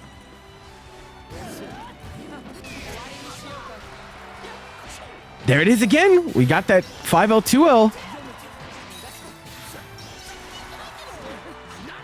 Oh, no hit confirmed though. Midorii had it. Yobu has a chance to try to work his way out of this. 100 meter available too. You can't take a big hit from Grimnir at this point. We're not going to go for the box. There you go. Another. Yep.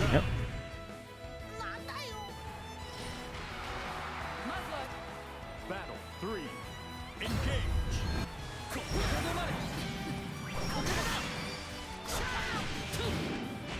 Great. Ah, dead a player detected.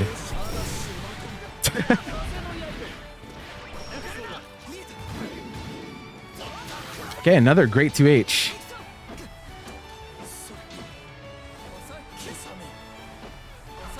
Oh, nice. Full spot dodge through it. We don't see people get that often, but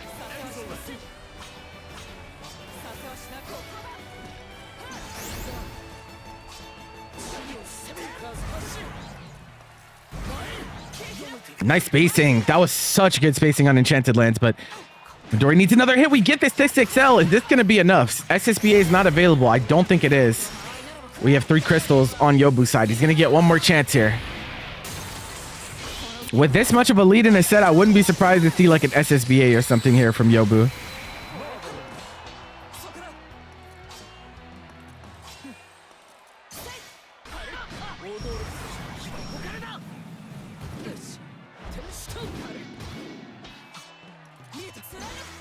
Okay, no seals.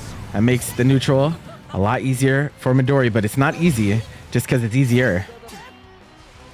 Chip becoming a factor. Nice reactions from Midorii, dodging everything that she needs to get that second game on the board. Believe in victory. Battle 1. Engage.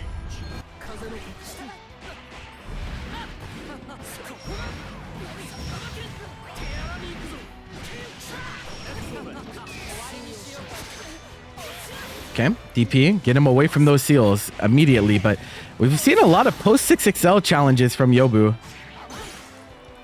Starting to get a lot more active.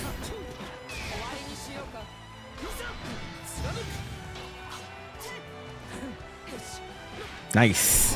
Oh, she thought it was going to be far M. She could have gotten even a little bit more there. It's first to 7. All of the Azure exhibitions are always first to 7. Whoa. I don't know if he was still... I don't know if Grimnir is minus on counter hit 2H standing. I'm not sure. I'm sure he's minus on regular hit, but I don't know about counter hit.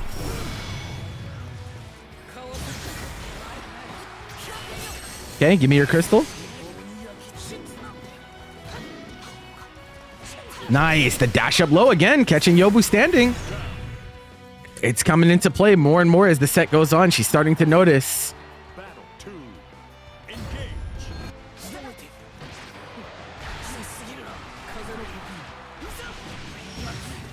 Oh, doesn't get the wall bounce from there, actually. I thought it would have reached, but not this time. Nice. Big counter hit, and it's a crouch confirm. Oh, the drop, though. Thankfully, Grimnir really good on the rebound. Battle 3. Engage. Yeah, we've seen him try to finesse some of the anti-air attempts with the orb, but this time just goes over her head. He gets punished for it. Yeah, stays in front. Thought it was going to be the guaranteed cross-up, but...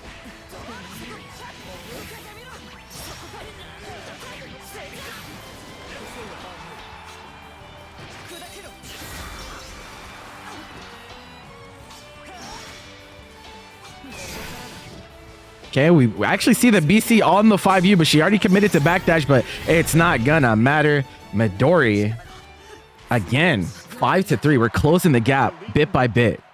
Battle 1. Engage.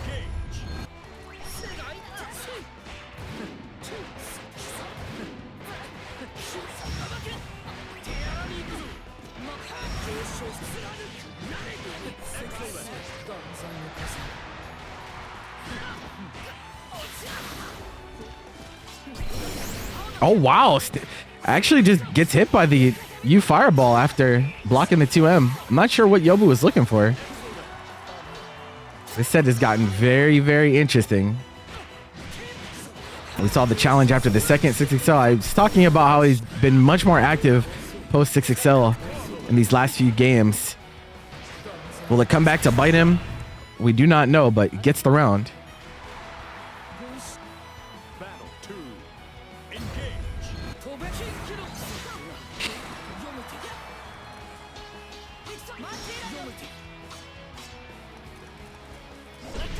Wow. Shout out to Cat2H. That shit was active. Yep.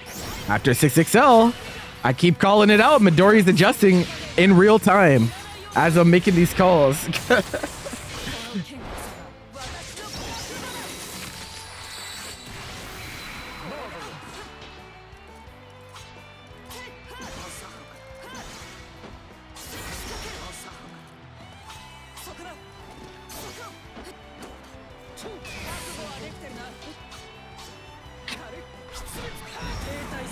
I don't even know if it's a stray, bro. I don't think it's a stray. I think they wanted both of them gone. They just gave up. I talked about how that shit's whack, but they definitely just gave up. Okay, nice. Doesn't fall for the double frame trap.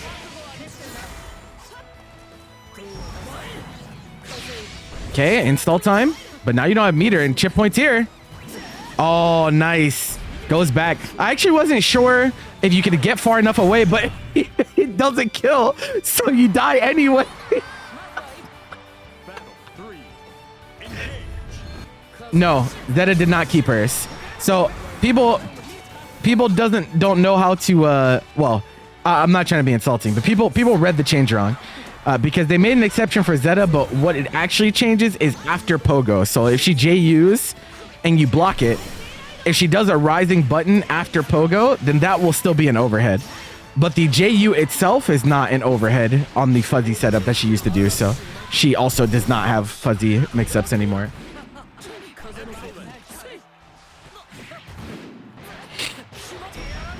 You don't know what that means. They're talking about fuzzy in the context of fuzzy guard break, which is it's a type of mix-up that abuses the animation of the game, in which you can hit a crouching opponent because they get locked into the standing animation. So moves that would normally whiff on crouchers will still hit as overheads, as instant overheads, because your character is locked in the standing animation because of how much block stun they're in. Because you can't change block stance while in block stun that early.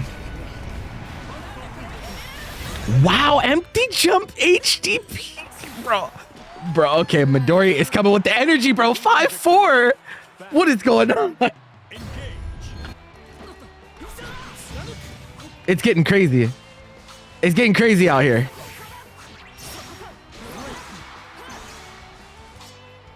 I'm over here talking about fuzzies. Midorii is cooking right now.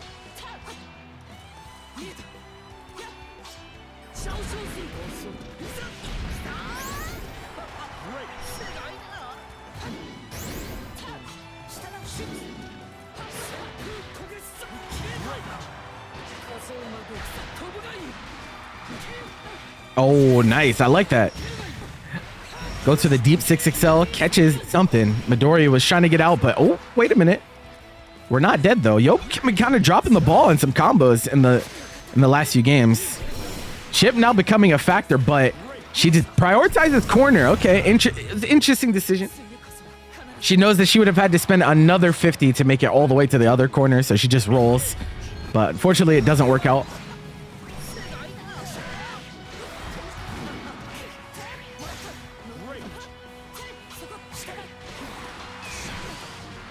Yeah, and that particular challenge on that seal dash may look like it's dangerous, but it's actually pretty smart because the Grimnir themselves, when they cross you up like that, they have to react to the fact that they crossed up and choose the right direction to seal dash afterwards. So if you would have thought that he stayed in front and tried to do the actual frame trap, he actually would have seal dashed away, in which case you wouldn't get punished anyway. With that being said, Yobu stops the momentum a little bit. Now we are one game away from closing this out, but I think regardless of how this set goes from this point on, we know that this one is this has been a great set.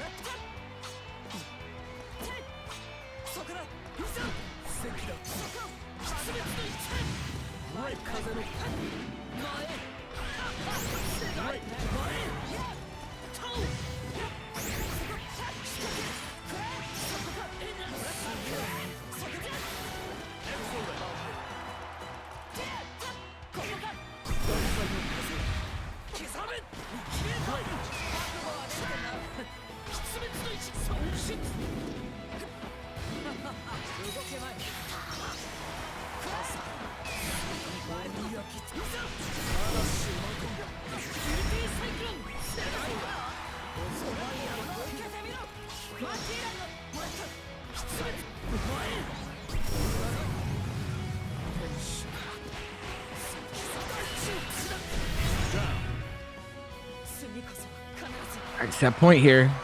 Yobu clutching out that round. Very, very close round, but we're on set point here. One round. I'm sealing this up 7-4. Midori's gonna have to dig down deep to bring this one back, and it's not a fantastic start here. Yobu has corner control and a seal on top and outspaces the Brave counter, but no combo, but catches her jumping. So this combo is gonna have to be a little bit shorter.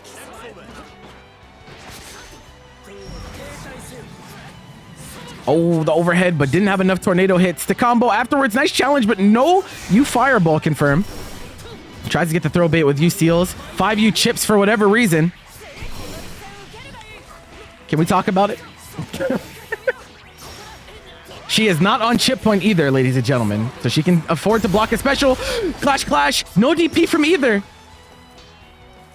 Oh, the pull up. Oh my God, she's playing with fire. Oh, tried to RPS after the triple attack overhead, but Yobu just sits and waits and will take the set 7-4. Good games.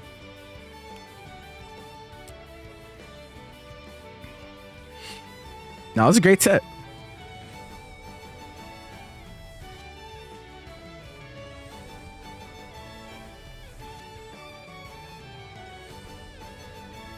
To Galleon the entire set, but we'll see. Versus Galleon.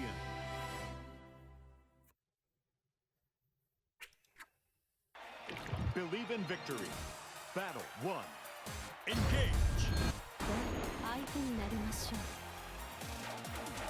Huh? Oh. Out.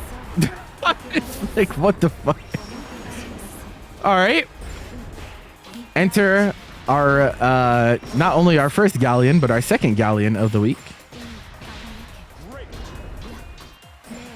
We got the RGB colors on Crystal and the blind for nothing. Now, at first glance, you would think, you know, maybe nothing is at a big advantage here because he already plays a grappler. But Galleon is not really a pure grappler in the way that people think that she is, so I don't know if that's necessarily going to be the case in this mirror.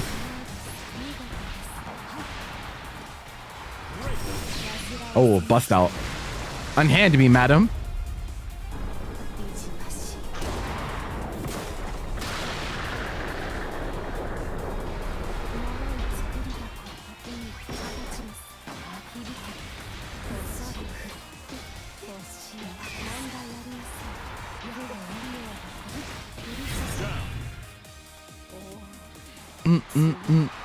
Nothing when he fights your Galleon. I cannot speak on that, bro.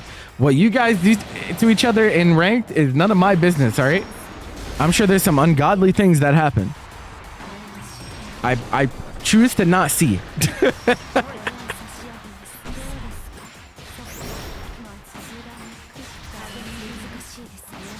Yep, that's why I don't play it.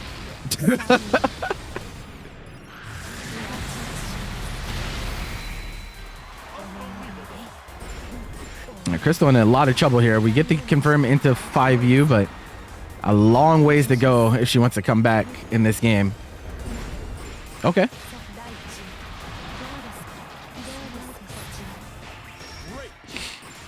Damn.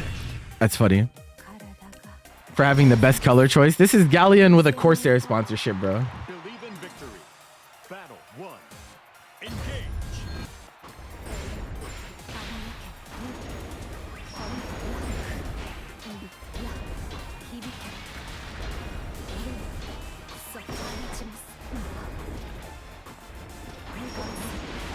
Okay. Rock time. My reticle is bigger than yours. Oh, okay. Got a punish there, but no combo.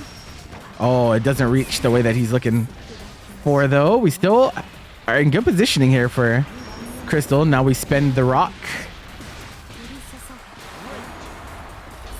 Looking for a command grab here for the combo, perhaps? No, dive grab.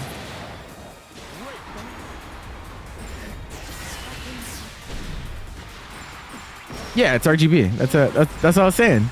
That's a the Corsair sponsorship.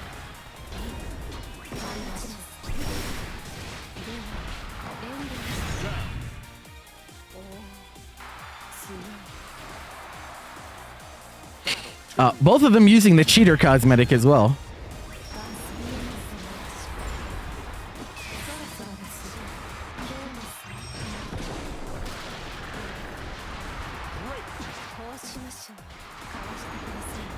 This has the same dynamic as like Djeeta Pen and like the baseball bats and stuff, where it plays a different sound on hit as opposed to block.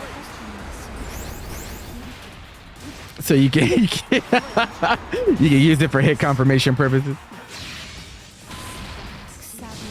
Does it actually help people? Well, considering humans react faster to sound than visuals, it can be relevant.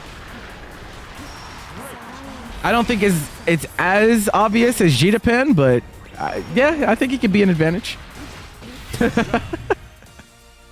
Will it be banned? They probably won't, because you won't see Galleon nearly as often as you saw Djeeta back then. But okay, I don't care what you think is innocent. I'm telling you like it is, bro. I don't know what to tell you.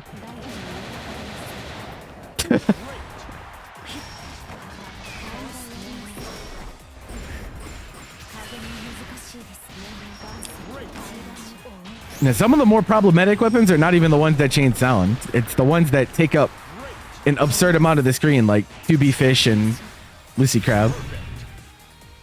No, it's not random. That's random. Random is why Seox is okay, but it's not on. It's not on this. Oh, the fans, bro. Oh my God, the fans on UL, brother. Nah, that shit gotta go.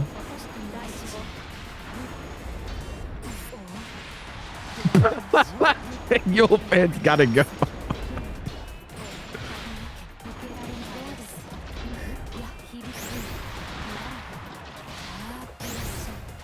Oh no, doesn't get the combo though at the end. Oh, bust out. And yeah, that super is not great for reversals. No, I'm not leaving it alone. You gotta hold that. If there was a cosmetic that gave fucking Versusia easier hit confirms, you guys would be bitching to hell and back. You only think it's okay on this character because you like Galleon for now. Like, y'all be playing favorites. I'm on to you fighting game players. Let's put it on Vane. See how much you like it.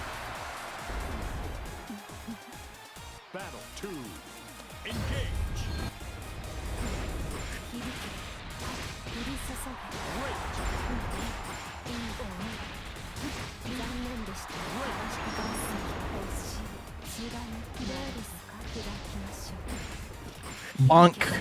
Charlotta Bat is funny. I can't lie.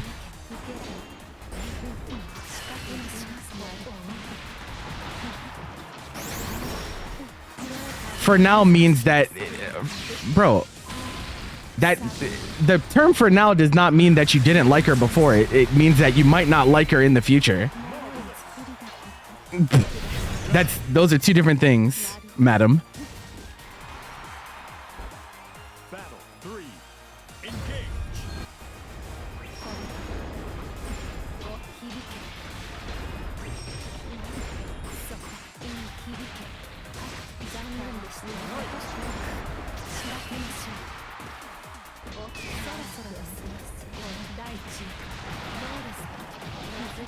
The double 66H combos are pretty cool. Oh no, not not the drop. Crystal, please.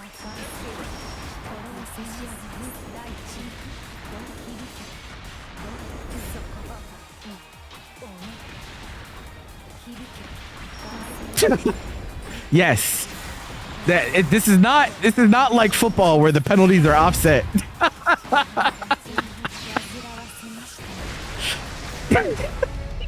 You're actually both cheating.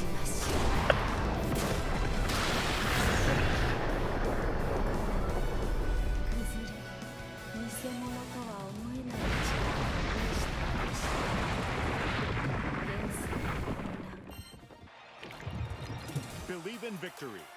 Battle 1. No, like I said, you're only going to bat for it because you like Galleon. It doesn't change what I said, so. If it was random, it'd be fine. But as I've been saying, and you're not listening to me, but you know, business as usual. You never notice the bell sound because you play with music on.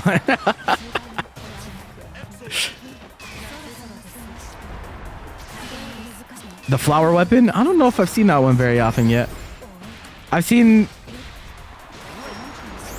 Actually, this is the one I've seen by far the most. I don't know like how long it takes her to unlock all the, you know, I don't know what weapons are on what level or whatever.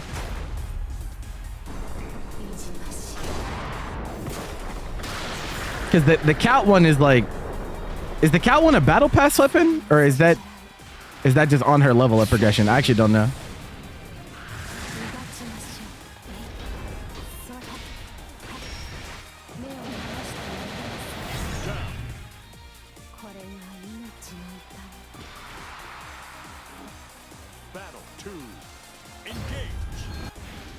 You had to switch? Says who?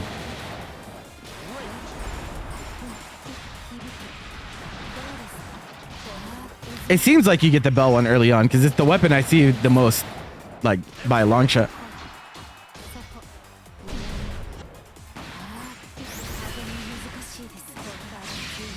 Let me talk to you real quick.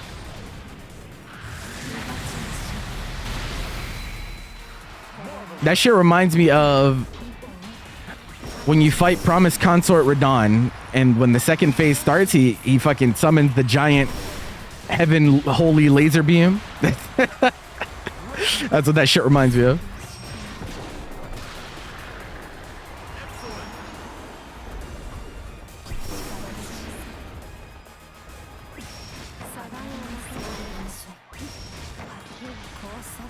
Yeah, just make it random like Seox's. Then it's fine.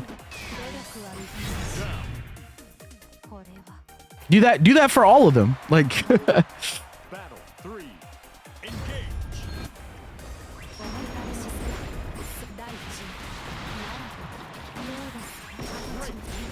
Uh-oh. Cooked.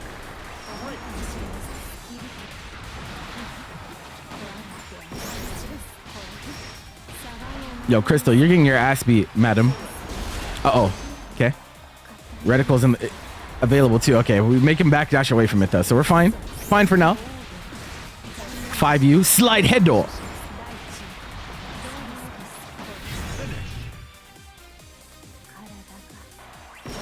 Suck in the buffer zone. Hate to see it. Shrink the crab weapons by 100%. Just remove the Lucy crab, bro. No one needs to use that.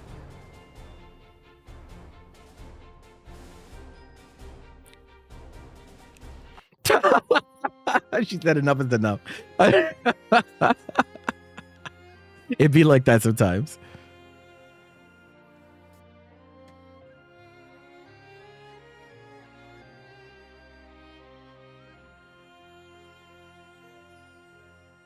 So to Mr. Jonathan Blue.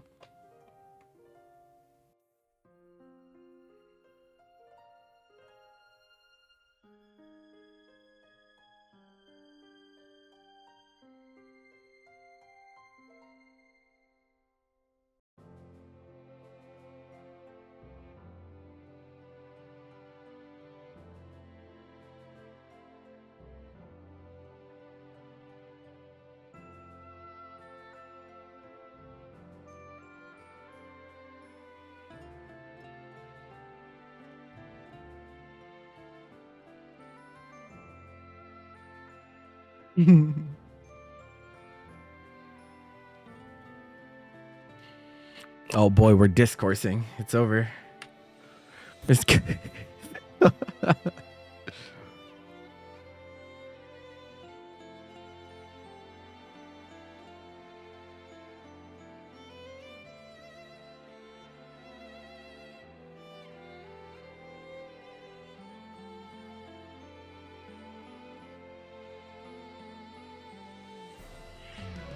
Galleon versus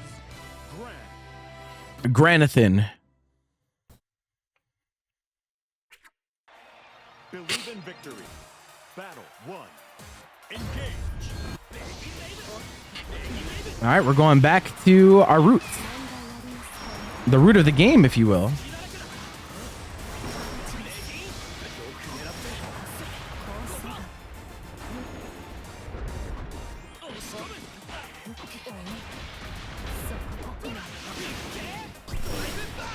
No. It's Jonathan Blue. He's undercover. You're thinking of Granathan Blue. Just kidding. Battle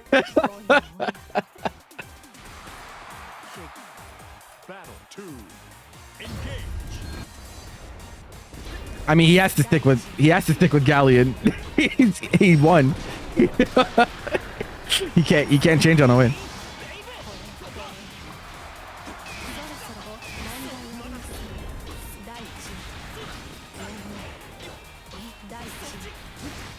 Yoink. Uh-oh. We're scheming. Okay. She committed to a button, so this one does get grabbed.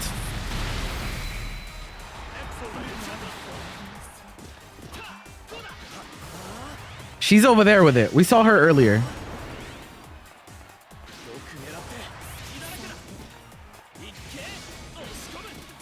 Oh, I think that was supposed to be plus, but not quite. Nothing challenging. Successful. Battle 3. Engage. That was almost really bad. Oh yeah, now that's the spacing we were looking for.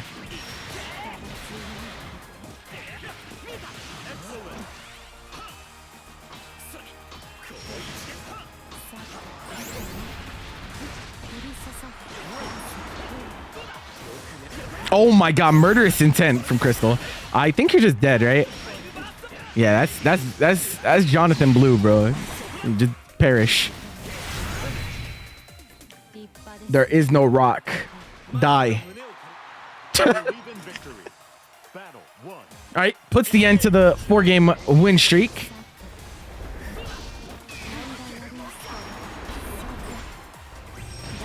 Yoink.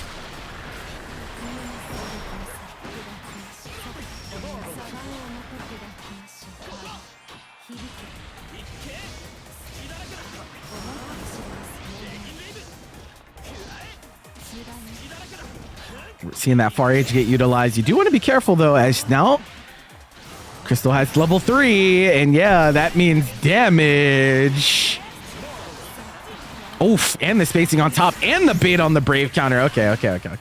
She's like, now that I'm back where I'm supposed to be, you're not going to get away with this other shit. Battle 2. Engage. Nice roll. Oh, goes for command grab afterwards. That was greedy. Crystal opting not to mash, gets grabbed for it.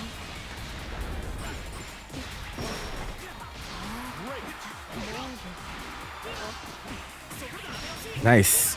Catching potential fuzzy button there. Nothing does like to be active on defense, and on Galleon, I don't think that's all that good. Okay, we get another grab on the far H. Oh, and then bait on DP. I was half expecting to see an unfortunate combo drop, as you know, people are not. They don't have all their routes all the way worked out with this character yet. Oh, wow. No dive grab. Hold this 2H. Big damage. Meaty 5U as well. Where's Patrick at? I need you to take notes. Oh, again, that boot spacing has been absolutely terrorizing to nothing since the switch to Granny. You could say goodnight on this one. Link's super going to be enough.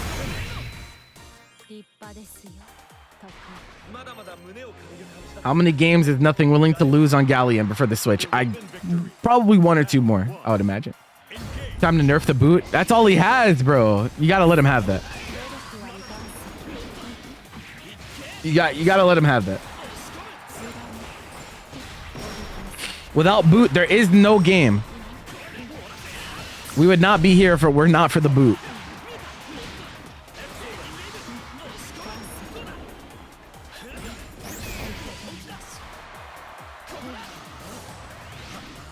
Oh, she doesn't make it to level 3. I don't know how close she was, but gets punished. Oh, it doesn't combo though.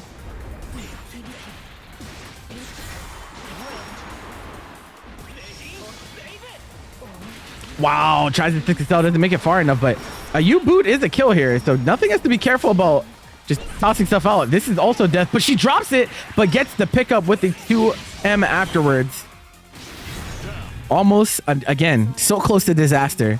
Not quite this time, though. Battle 2. Engage.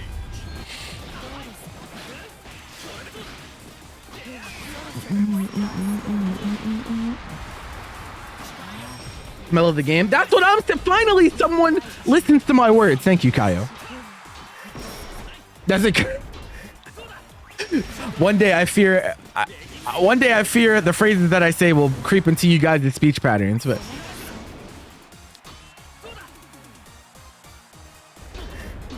oh, this isn't. Oh, well, this is Nothing's backup. Nothing is a Ladiva main. He's just playing Galleon because she's new.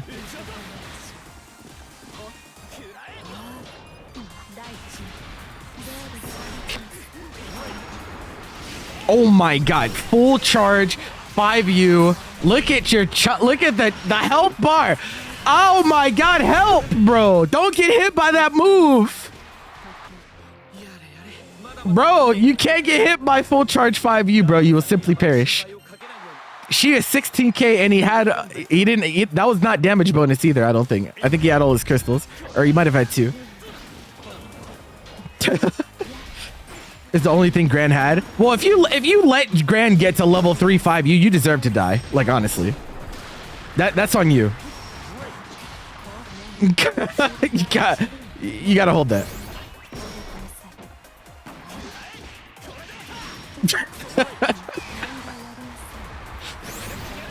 Yeah. Like that's definitely your fault. Like,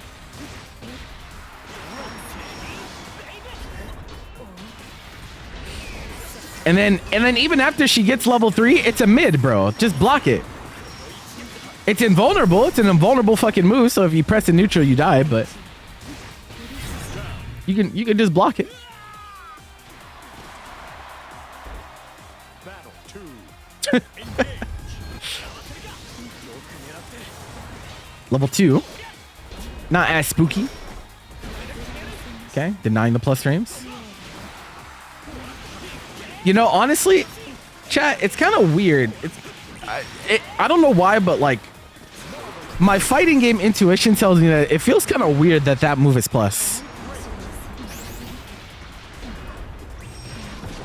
It's just, I don't know. It's not like it's problematic or anything. It's just kind of weird. Ned's it? Who the fuck is Ned? Oh, no hit confirm. That sucks.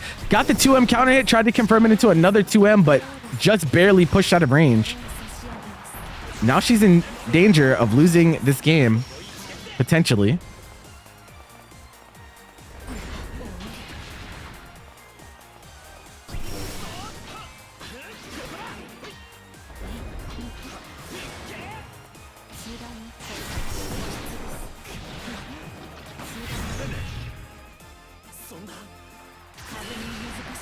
Yes. Do not minor spelling mistake. Don't worry, guys. I deal with people doing much more than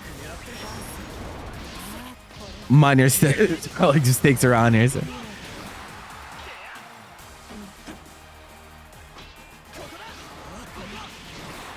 Why does she need it? Go ahead, explain it to me. Go ahead.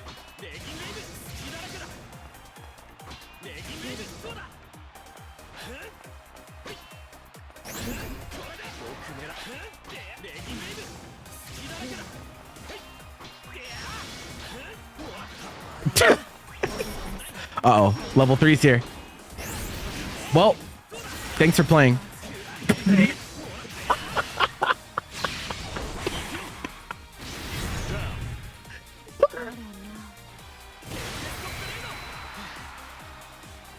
Brother.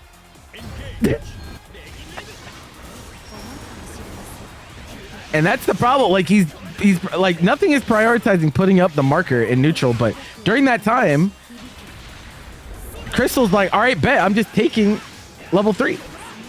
Does there need to be an explanation? Well, if you're willing to say it, that means you must have a reason, right? You said she needs it, so tell me why she needs it. If you actually believe that she needs it. Believe in victory. Battle 1. Engage. There it is again. I don't know, bro. I don't think you want to play neutral against Gran with level 3. Like, he's just giving it to her. And yeah, I mean, you're just dying. Every hit confirm hurts so much worse, too. Oh.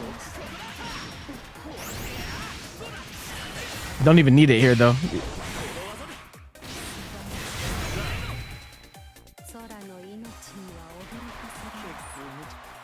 Battle 2. Engage.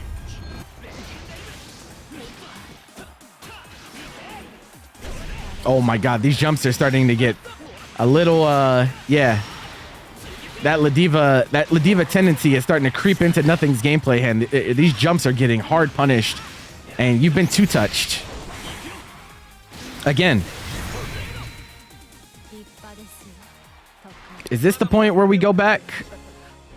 Are we gonna hard commit?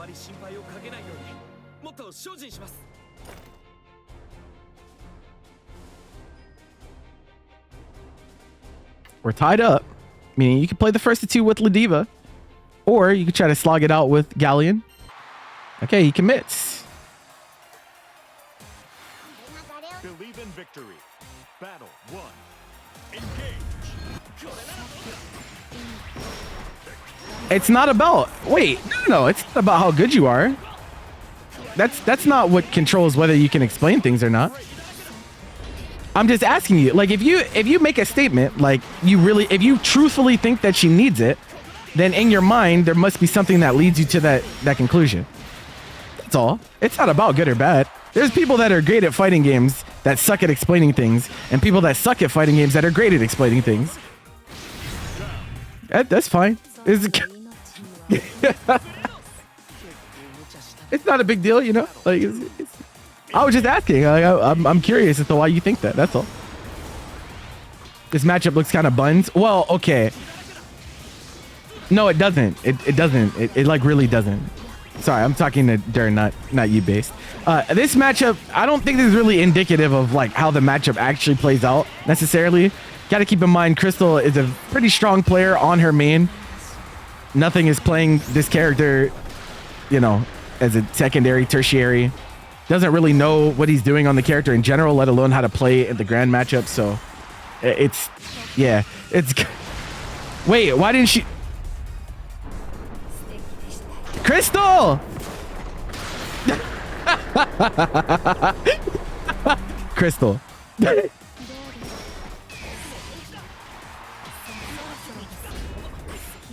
I don't think that punished. I don't think that punished. I think she was actionable there. In which case you could always hold up. Battle 3. Engage.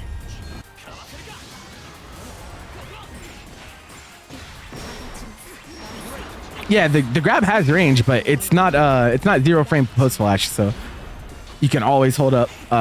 You can always hold up on reaction to the flash as long as you didn't commit to like a button or something.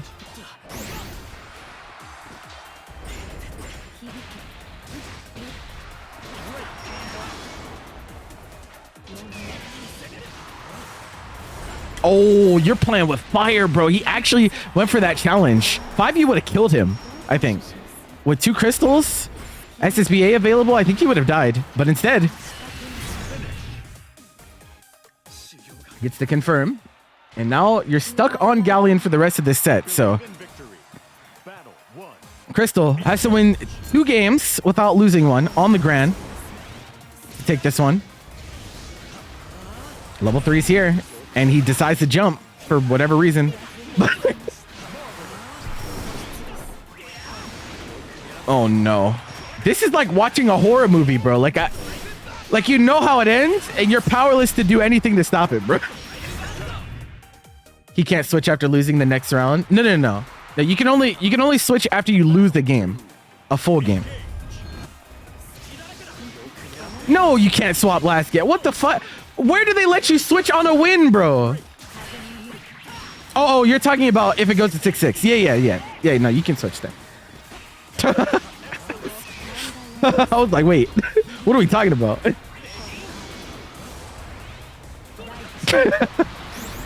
No, you said rounds, you confused me. It's after games, not rounds. I was like, bro, imagine you could switch after losing a round in the game. We're just all playing Lunalu. He can switch here, but not after the round. Yeah. You confused the fuck out of me. I was like, wait. But he can switch here. Yes, he can switch to Ladiva for this last game if he wants to.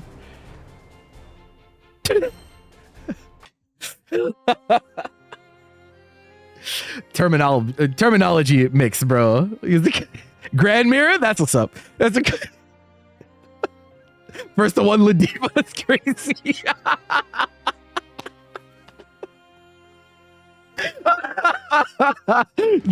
No mercy. Chat, I have one question for you all. Do you like gambling, chat? You like gambling? It's time to fucking gamble, bro. It's time. First the one for the whole set.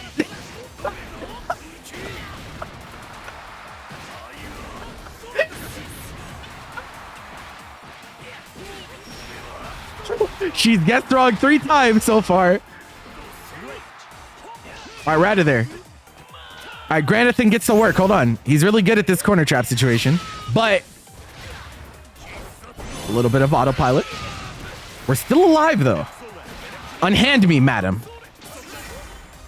Oh, that's punish. Oh, Crystal. Uh-oh.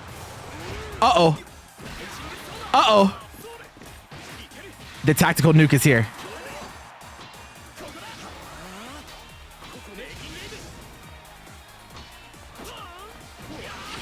My God.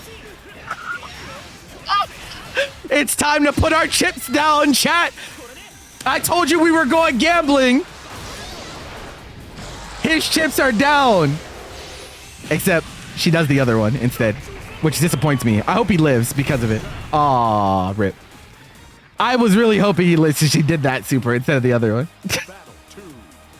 Instead, though, set point for Crystal.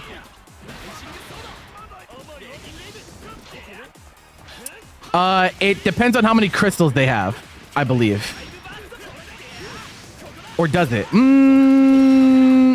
No, for this one it doesn't, because the upgrade takes away 2 still, right?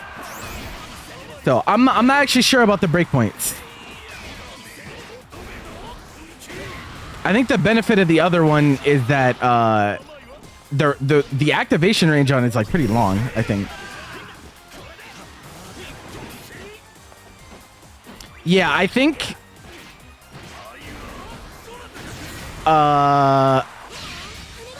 if you have 2 or more crystals than the normal one is more. Oh, it's just Oki change. Okay, I see. You're dead, right? Oh no, you're not. Never mind. All right. Plus on block boot. DP, you're dead. That's it. We gambled. And Crystal will win the set. I think we are. Tayman on Beatrix this week, going up against RJ Chef, who is on the newly enhanced Beelzebub.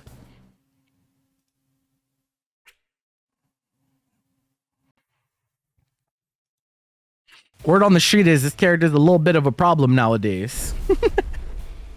And to that, I tell people he was already good.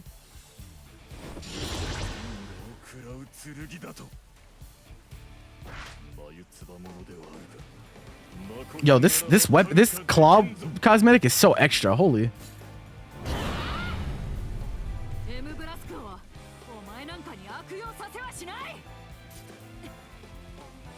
Believe in victory. Battle 1. Like, at some point, some of these weapon skins got to be so inconvenient to wear, bro. I don't know. This shit does not look fun. So, can you imagine, like, trying to cook with this crazy ass, these crazy ass claws on, bro? Like, I don't know.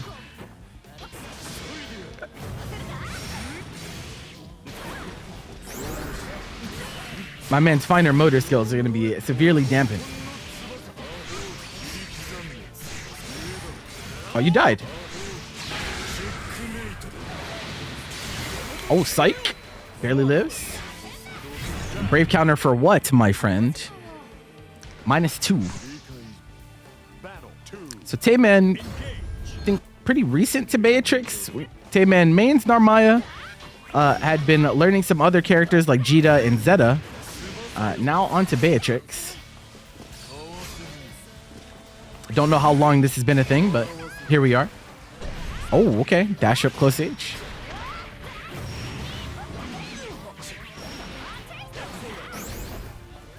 Maybe he was inspired by Niantic's run yesterday. Whoa. Okay. 2H almost gets punished, but not quite.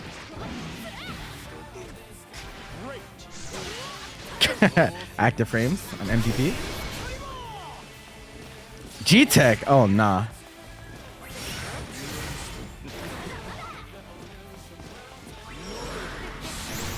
Okay, this Karma's causing him some issues right now.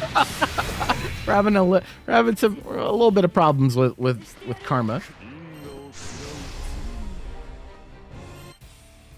Believe in victory. Battle 1.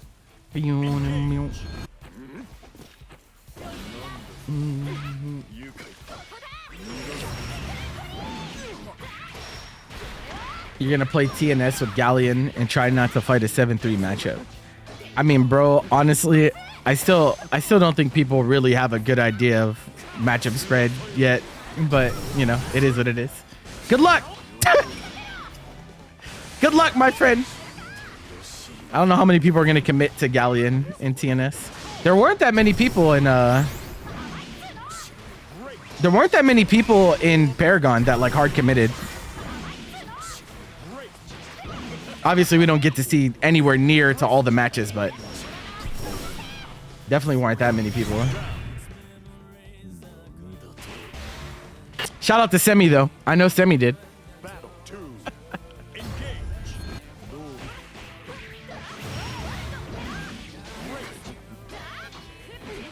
Why I oughta tried to mash? Oh my god. It wins? It just wins? Okay, that's not how I expected that to go. I'm sorry. That was kind of messed up.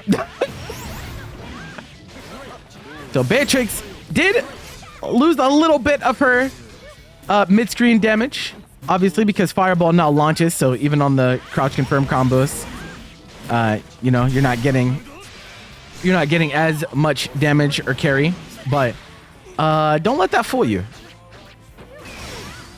Kit is still very complete. DP. Yep. Why did you get called? I don't know. He hit the random command and your name came out. And it's I past that, I have no idea.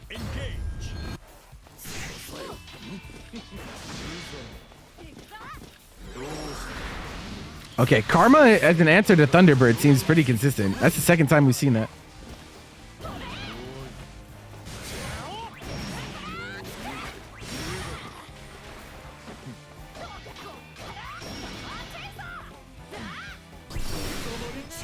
Yep, newly buffed you black flies with the vacuum effect, making sure he gets the combos even mid-screen.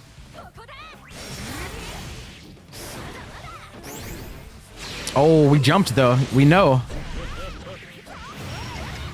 Delta clock. We're just gonna take the SSBA.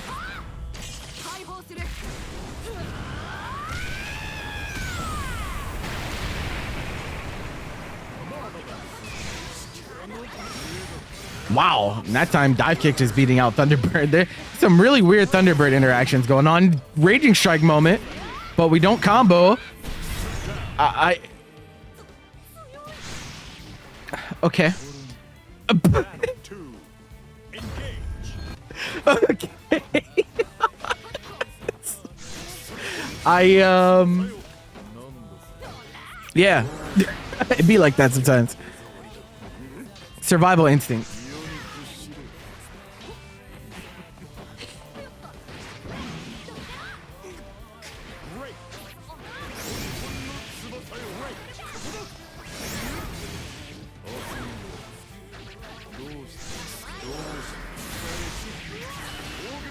It be like that. Oh, we drop. Delta clock active. Watch your toes. Nice dive kick. Is that far enough? No, it's not. Now on chip point, but we get there. Delta clock still active. Oh, that's punish. Oh. Hey, man. He doesn't want to win. Oh, nice catch on the backdash. You have to cut this short. It's an airborne starter. Yeah, combo limit kicks in early. That could come back to bite him. Dash up. EU special. No, not going to go. Bro, if he just realized that he got an airborne starter, he could have cashed out early, but he was not thinking about it, and thus you lose the game. Battle 1. Engage.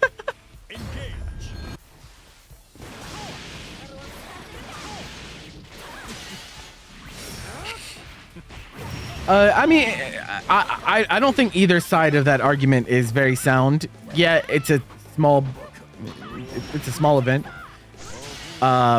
I mean, Grimnir is also just better than like 99.9% of people at this game, so like he could probably win that tournament with a lot of characters. Like, to be honest. But it is what it is. I definitely think this character is still quite good.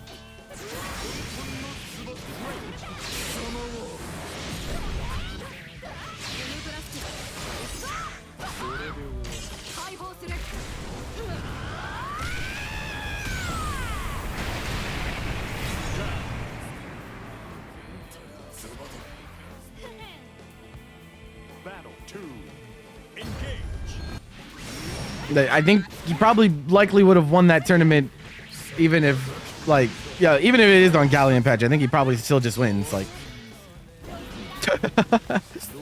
I think he probably just wins, bro. Like,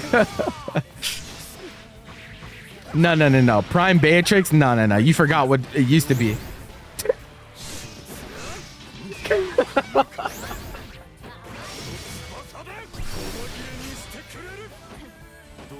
We forgot what never saw the light of day in tournament.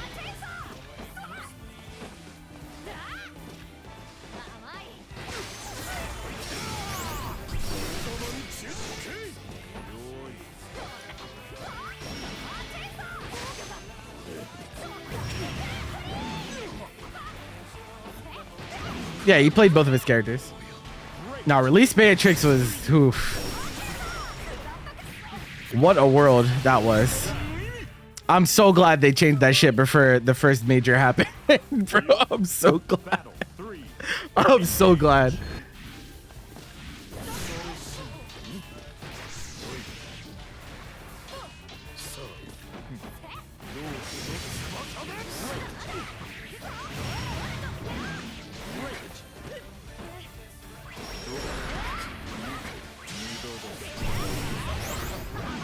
Okay, you riding?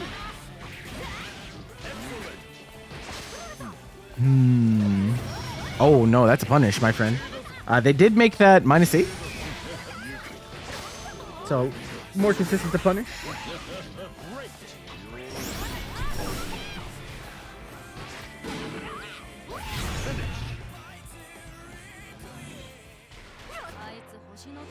Two to two.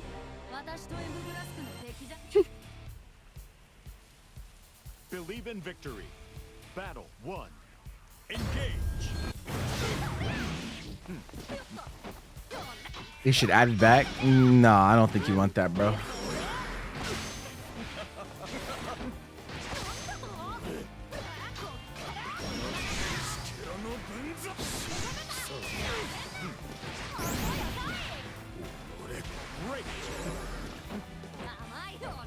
Oh.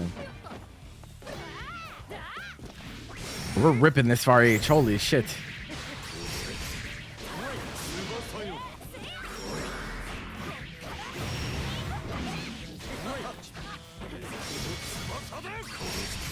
Bro, y'all, you know, Granblue players are really funny, bro.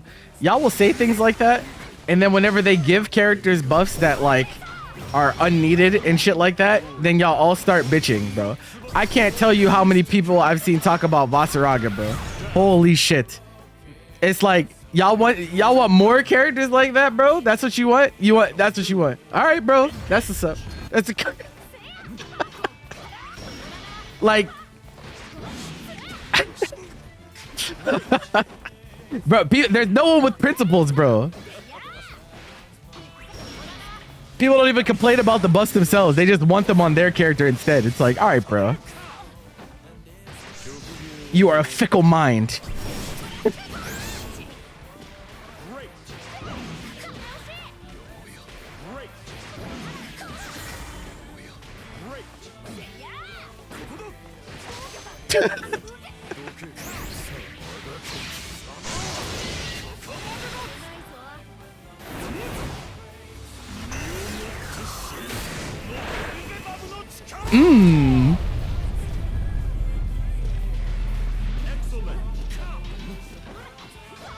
But the hard to swallow pill here, chat, is that balance changes are not all about need, you know?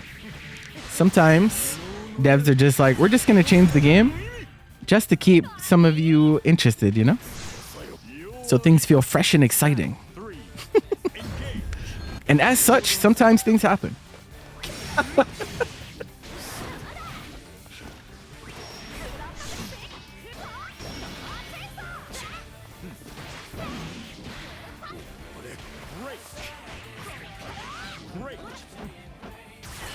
Oh, okay. Get off of me. Still, yeah, you're still corner trapped by Beatrix though, so this is still not great. But no hit confirmed to be found. How do you hit 2 far H's and no hit confirmed, Tayman? Please, bro. And we dropped the combo afterwards. This is crazy.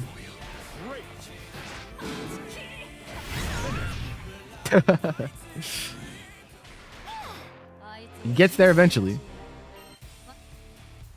Yeah, balance is a little bit overrated too, to be honest. But I don't know if people want to have that conversation.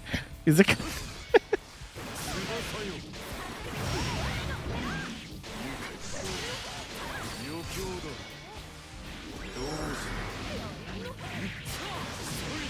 After watching Vok down pat, overrated? Yeah. People care way too much about balance, I think. Like way too much. Like too many people are all in on the idea that like every character needs to be like around the same strength, and I think that takes away from a lot of the creative liberty of fighting games. as long as like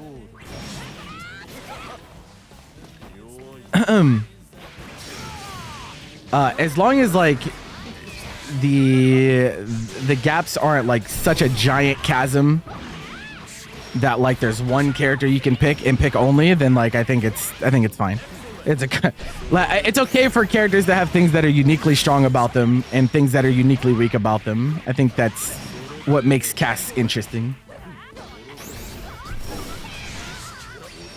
Well, as long as every character functions, right? And I don't think this game has that problem, really. Not anymore. It did at one point, but I don't think it really has the issue anymore where there's like characters that actually just straight up don't work. I don't think that exists.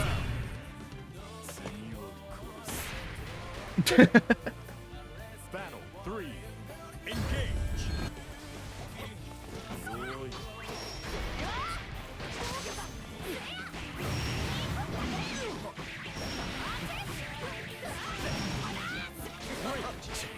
Damn, what you mashing for, bro? Who pinged me, bro? Not like this.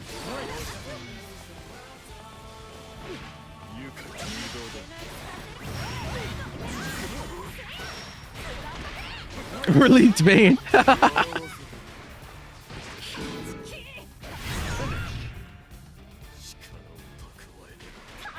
Nah, he was not weaker than McCullough. No.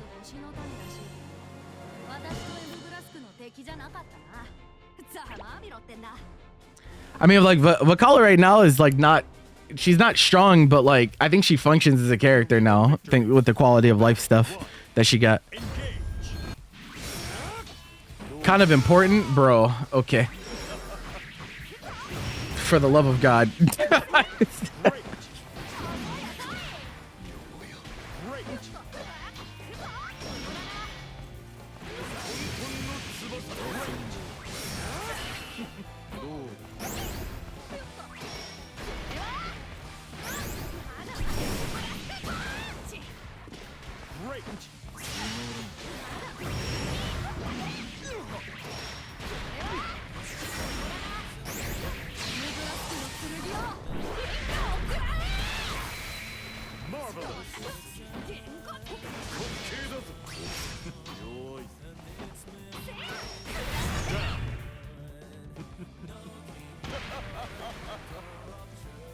Battle 2.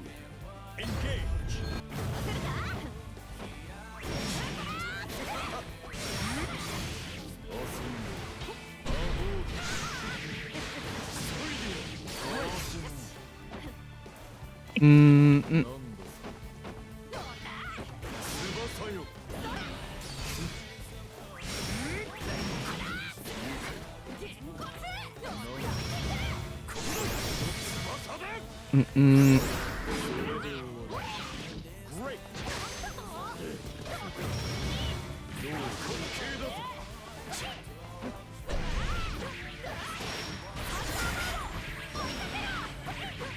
There you go.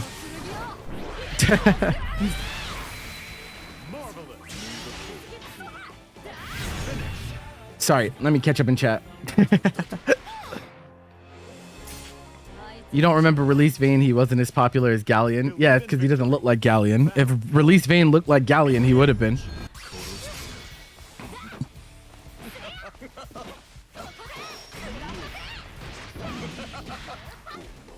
I mean, shit, bro. You want me to be honest with y'all or what? Like, yeah, no. Seeing items, it's huge.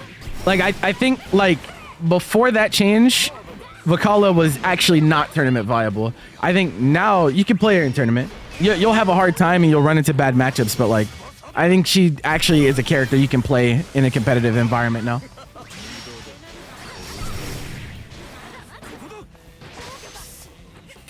You weren't here to listen.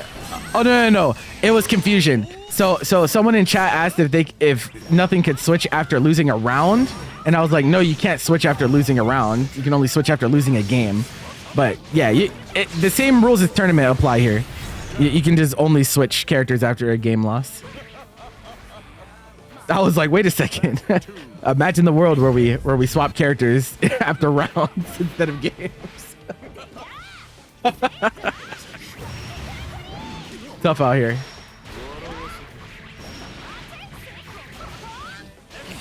I'm gonna call it the kill Vens rule.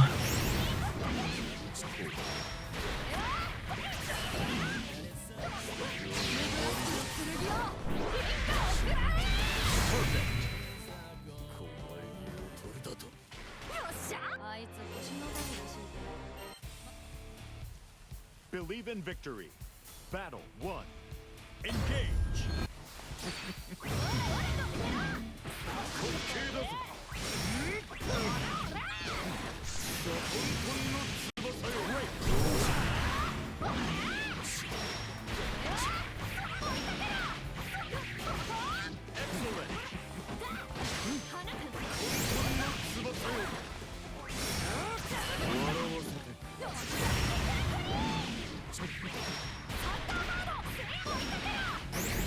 Yeah. No, it was just a misunderstanding. It's no big deal. I just was like, I was like, what are you talking about? Yeah, RJ's behind a lot here. We got to find out. We got to find our way here. It's time to start abusing shit.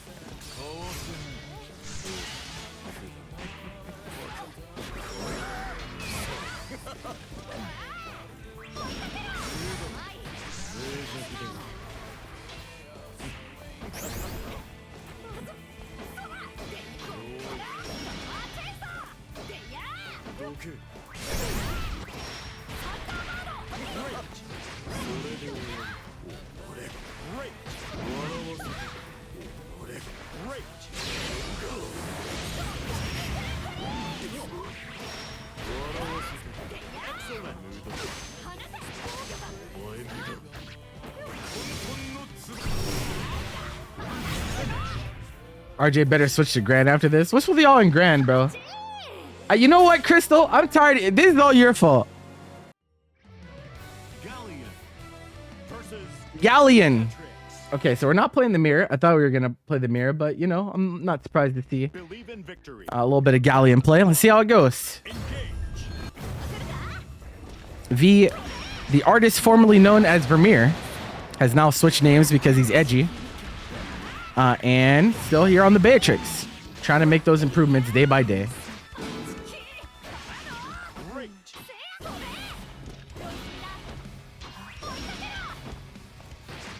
Donk. Great. Unhand me.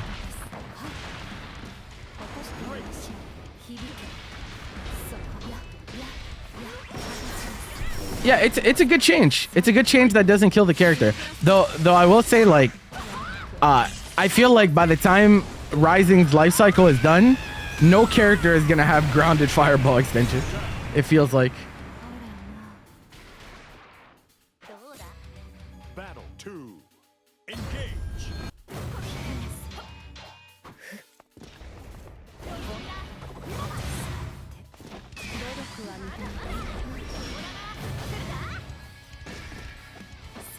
You say that, but they're willing to nerf Grand too. We know what happened to Boot.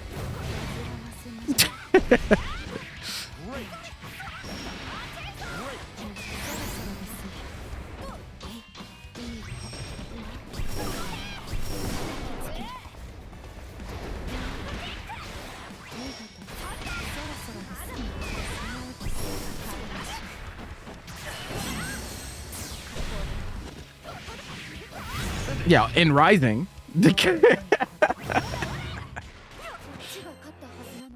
You can't make Grand too good because he's the free character. If Grand is like ungodly top 1 in the game, you guys will hate your lives. You'll run into him way more than any other character by a long shot.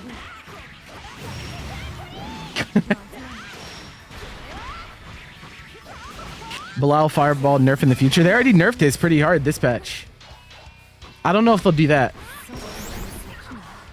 I mean, you keep pushing this propaganda. I mean, I just disagree, but it's okay that you think that.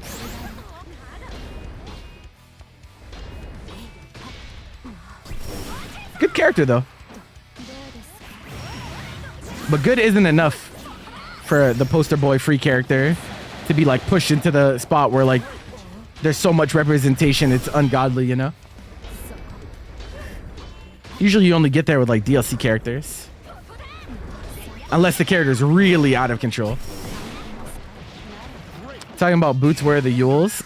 There's some weeks where we have like 8 different Yule players, but this is not one of them. This is not one of them. Battle 2. Engage.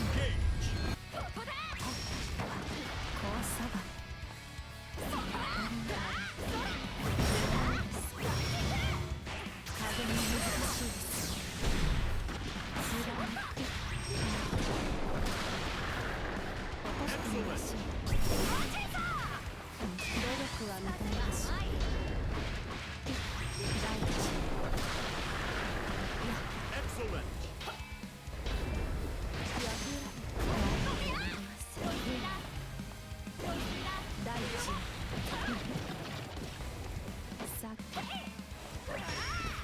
You know how much you hate that character? Which one? Oh, Yule? That's funny.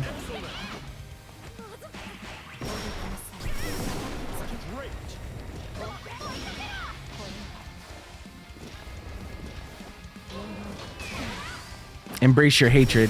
Speaking of UL, Trevoni has one. I don't know if we'll see it here, but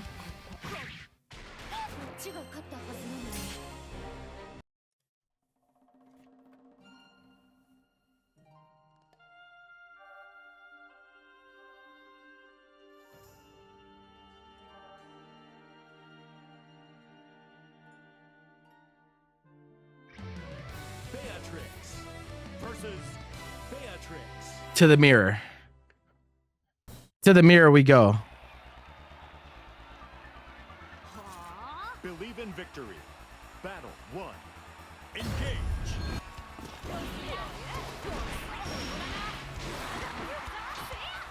Beatrix! Yo, shout out to J2, bro.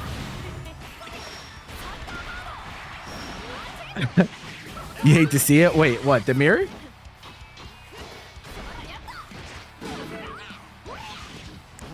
Y'all hate Beatrix that much, bro? Honestly? There's only one part of this character that I felt was problematic. I think all the other stuff is fine. But I don't hate characters though. I'm not like y'all. Y'all just hate characters for the smallest shit, and most of it is like shit that you can just lab against.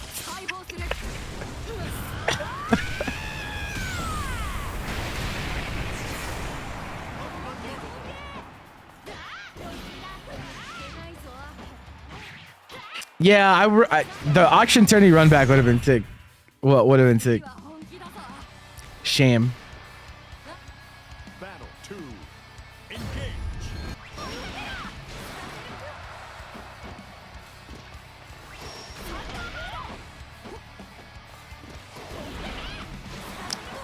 I feel that. I feel that. People's pride on the line in these though, like you know. We saw a man pick first to one Ladiva, bro. That should tell you what type of energy people are on.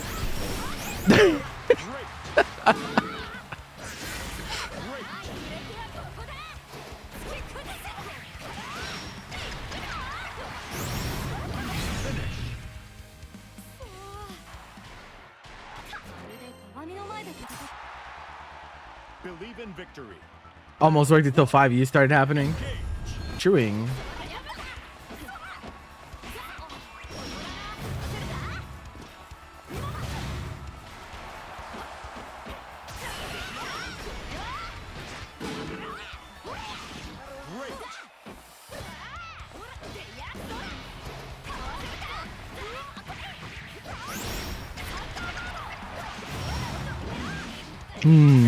Interesting. Link super. Now, oh, we drop it. And, you know, the interesting thing about the mirror is that relative to each other, like, Vermeer has not been playing as long as Trevoni. So he's still, like, kind of, you know, in that learning process. And this mirror, this mirror is one where, like, I feel like if you're the like lesser skilled of the two players, it's like really hard to win actually on this particular one, unless they just get hit by Delta Clock riding for you a ton. But like You would assume that Beatrix players would be more aware because they play the character, but I'm not gonna make that assumption because, you know, fighting game players are interesting. Oh, nice walk back on that. Also, Vermeer getting hit by the last huge ass shockwave hitbox on you, Thunderbird. If you've never seen the hitbox on it, I implore you to go look at it. It is so much larger than you think it is.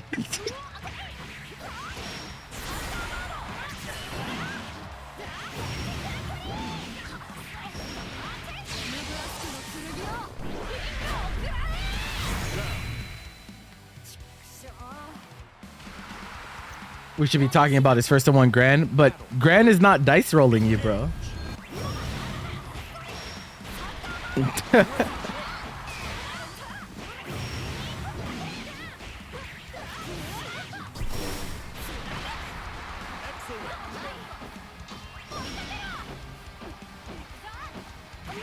Oh, no hit confirm on that. That's tough.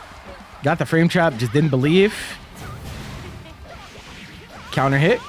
Still gets a combo on that. This is where it gets ugly. One crystal left for Trevoni. You actually can't get hit by many things and survive. Goes for riding free on the jump. Could have just 2H. Maybe tried to 2H and just double tapped too by accident. Oh, drop from Vermeer though. Combo limit kicks in.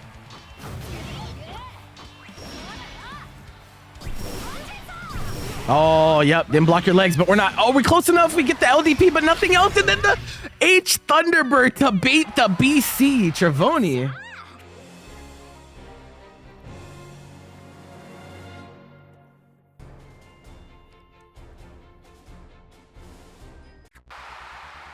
Believe in victory. Battle 1. Engage.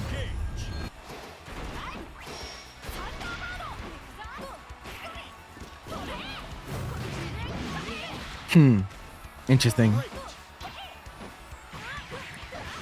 Hey. Go ahead, plus 60. Forces them to spend 2 crystals to get out. It looks good for Vermeer in the first part of this round. That should be just enough.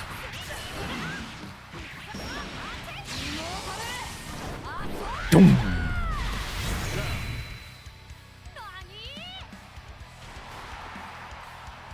Battle 2.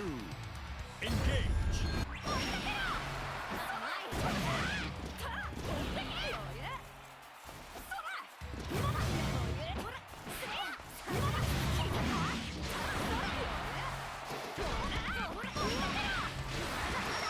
Oh, wow. Goes over ahead. You know what? That looks like fun. I'm going to Thunderbird too. Nice break. Hey. Hey.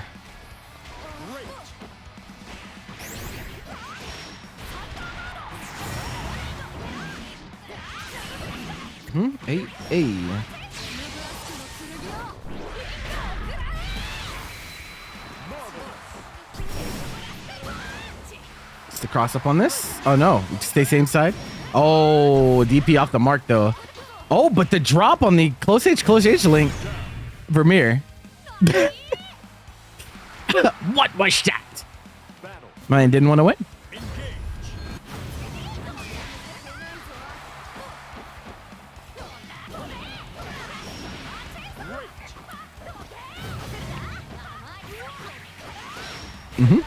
To the corner. Hey.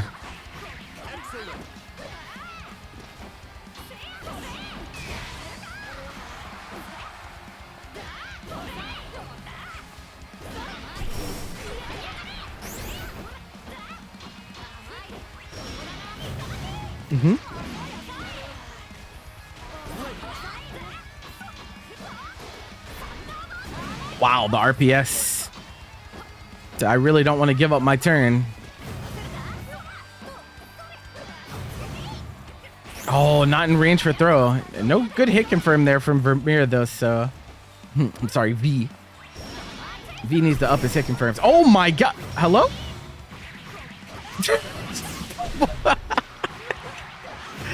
Okay.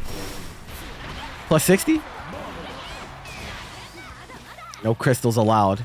Jump scare riding free available. Set the Thunderbird instead. Oh, throw protection. And he's also out of range too, so handshake happens. But yeah, that is much more consistent to punish, like I said, nowadays. Believe in victory. Battle 1. Engage. It's looking like another one of those chatters.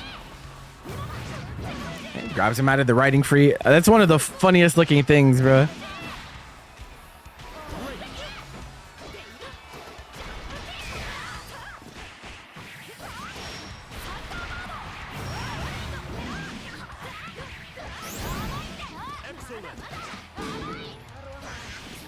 Okay, I'm trapped in the corner and Delta Clock is active. Good luck.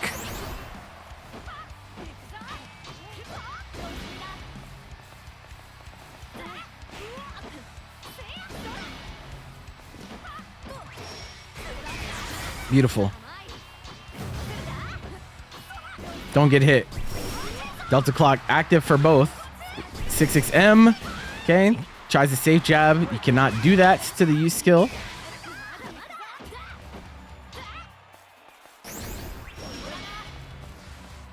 Okay, now don't have to worry about Delta Clock in the neutral, but Trevoni does have to worry, is what I would say, if he doesn't just find a throw and straight up kill on that.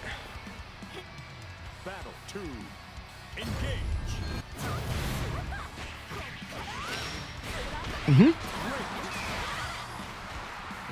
Ah, stays in front. One day, Granblue players as a collective will get used to holding guard button on jump-ins like that.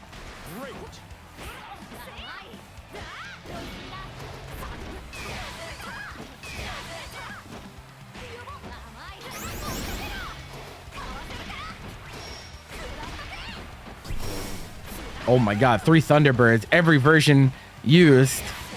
Damn near. Nice. Finally gets the 66L after all of that. And that is more than enough to kill.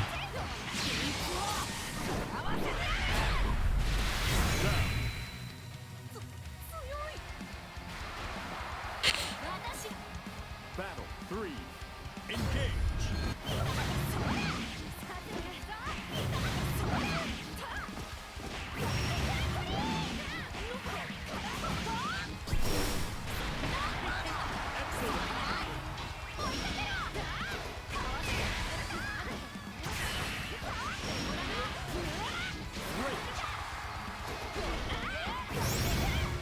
Cooked. How far can we get on this? Okay, we'll just take the knockdown here. Spot dodges through the fireball, but still have to deal with the 6XL afterwards. And again, you can't really just throw those out. Before it was like, you know, maybe it'll be at a spacing that it's hard to punish, but now that it's -8, very few people should be missing punishes on H riding free. Unless your character's frame data is really just that bad, but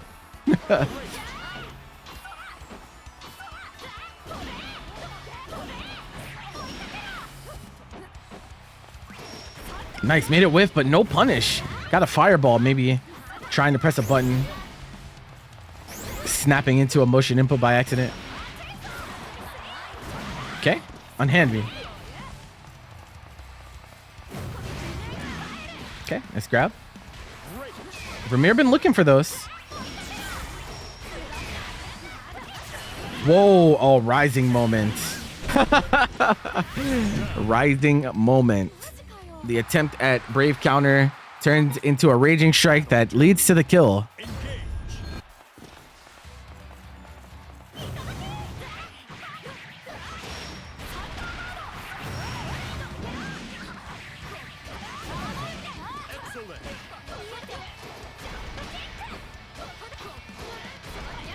It's the L version. Yep, he knows to take his turn back on that.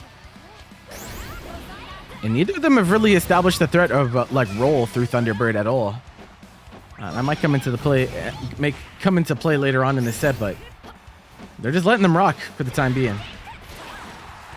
Ah, nice throw bait. Only a far L starter though, so not as much damage as it could have been.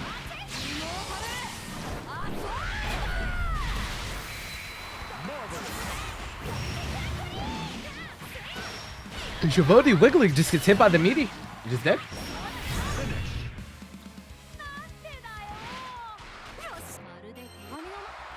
Believe in victory. Lock him back in. Battle 1. Engage.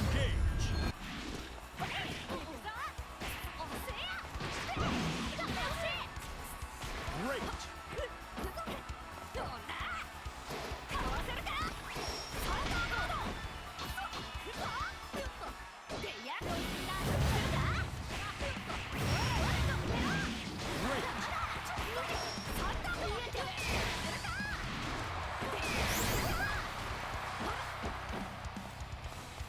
Damn. You said you're just standing there? Bet. I'm going to just go ahead and take my Delta Clock. I'll do it again just to really let you know. Grimnir really can't afford to take any hits here. Now a little bit safer thanks to pushing his way out of the corner, but still low health Beatrix. I mean, you can't just die. Oh, nice. Another throw bait. Battle 2. Engage.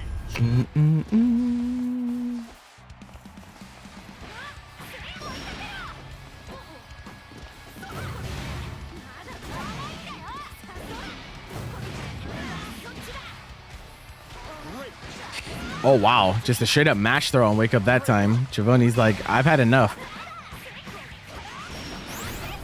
Yep, that doesn't... I think you get, on H Fireball mid-screen, I think you get LDP. I don't think you get any of the others. Feel free to correct me if I'm wrong, but I usually see LDP if anything.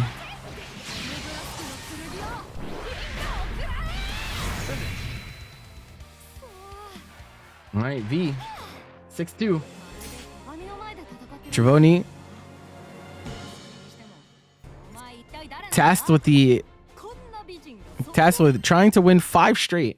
We do have other characters to go to. We have UL, I know, or maybe considering going back to the Galleon.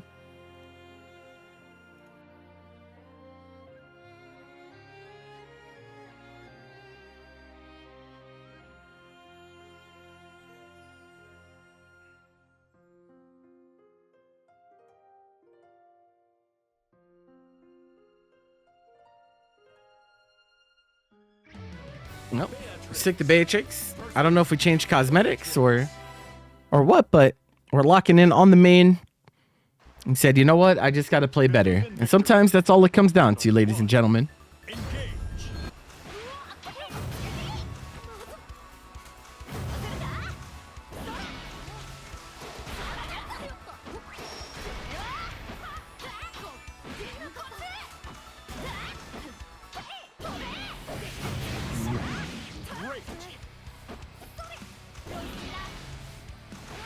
Oh, let's get hit right on the edge of that 6XL.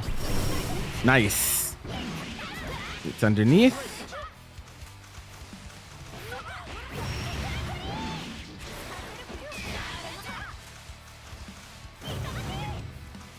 All right, yeah, starting to bait that throw in neutral with that L Thunderbird instead.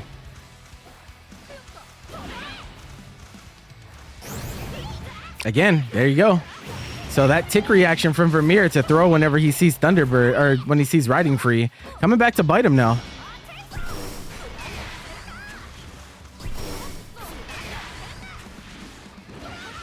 Yeah, that was not meaty. Good recognition from Trevoni, but he drops the combo.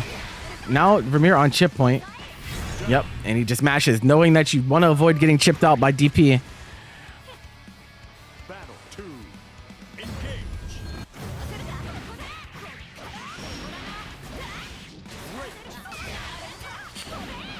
Did you see Thunderbird into BC into Thunderbird into DC? I mean, that's normal. Special moves that are plus on block, you'll see them BC'd a lot because they're guaranteed in most cases. Uh-oh. Wow, kind of got reset into a counter hit here. And that's going to hurt.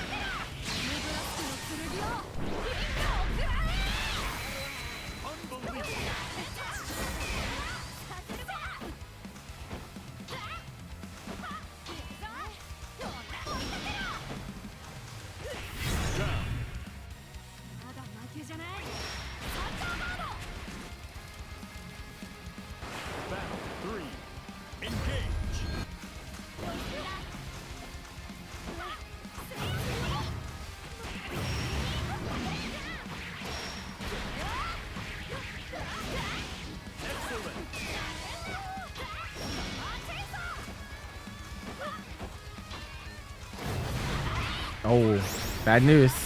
Hey, hey.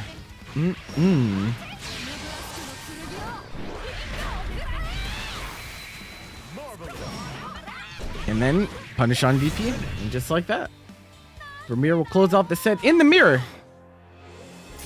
GG's.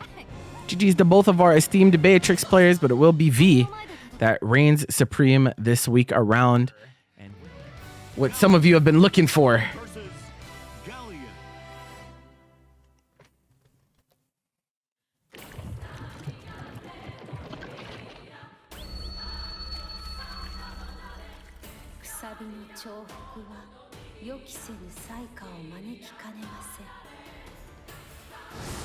So, okay, I know that she apparently speaks to you with telepathy, right? But she does actually talk. She says one word before she does that. So, is she actually blind, or she just keeps her eyes closed? Like, can she open her eyes? She ever opened her eyes, bro?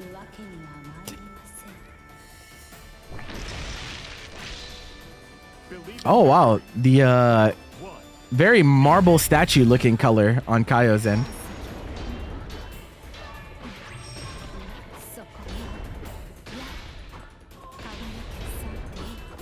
So okay, she keeps her eyes closed, but is she blind? She's not blind. But has she ever opened her eyes? What if she's actually blind? How do you know she's not blind?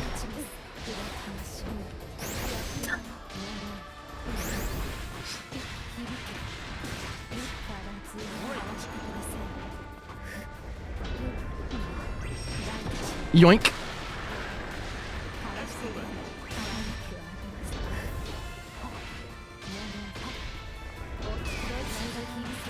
Does it matter if she's blind or not? I'm asking a question, bro. My bad. Shit, I can't ask questions.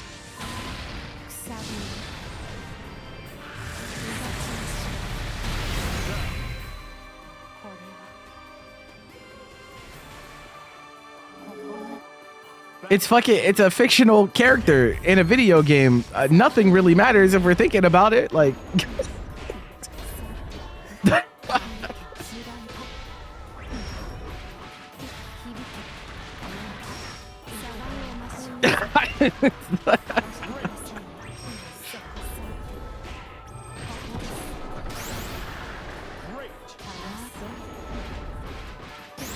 hey,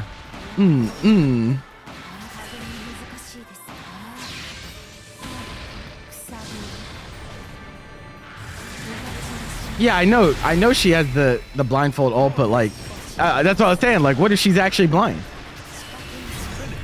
To me, it sounds like there's no proof that she's not blind.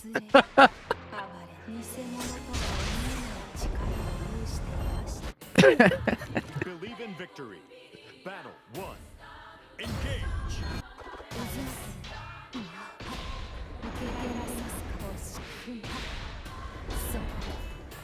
So one thing about this character that I think is like both weird and a little annoying is how, like, why is her dash so loud?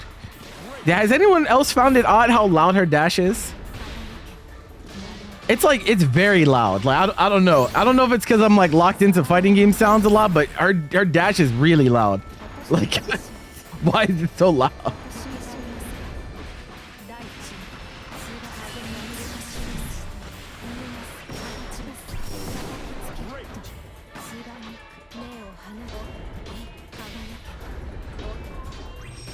I'm not talking about like characterization reasons. I'm talking about in the fighting game, they should turn the volume down.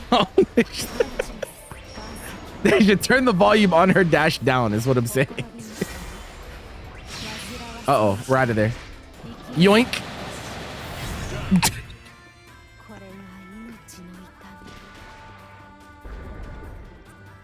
Battle 2. Engage. It says she chooses not to rely on sight. I mean, I wouldn't choose to rely on sight either if I was blind, now would I? Zach. Just kidding.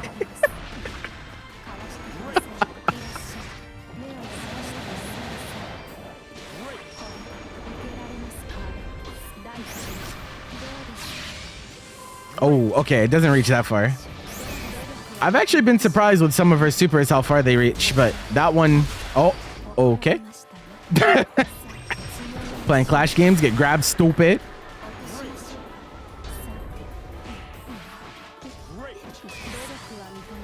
Do you guys think that Galleon players, I don't know, this definitely happens, but I think there's probably been some really funny situations where they're playing the mirror and one thinks that the reticle is for them and not the other one. This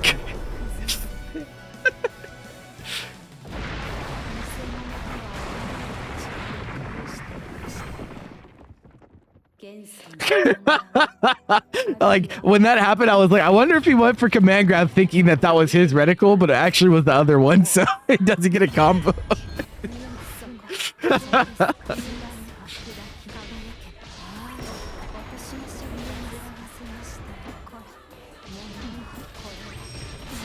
Oh, out of range on that one.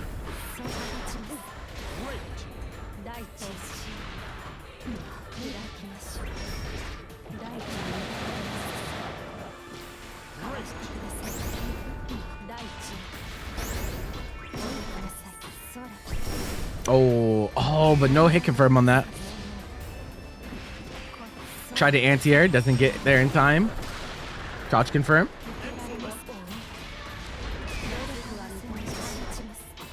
I haven't seen many people use the, oh nice. I haven't seen anyone really use the ultimate the overhead looking rock. I haven't seen people use that one very much. I want to check the data on it actually. I definitely thought when we saw the preview for this character that it would be used a little bit more, but not seeing it all so much. Wonder if it's just slow. Let's see. Ultimate Meteorite. 19 frames. Yeah, okay. 19 frames plus U flash. I can see why people don't want to rely on it that much.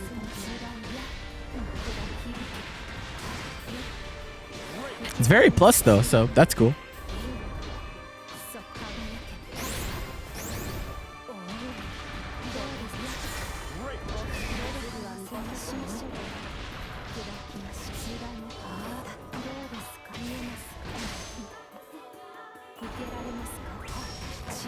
Wow. Oh, I think could just use a U skill in that situation instead, but Kaio's still in a great position here. Despite that first game being pretty convincing, Kaio recovering pretty well. Well, I did ask for it. I did ask for it. Believe in victory. Battle 1. Engage.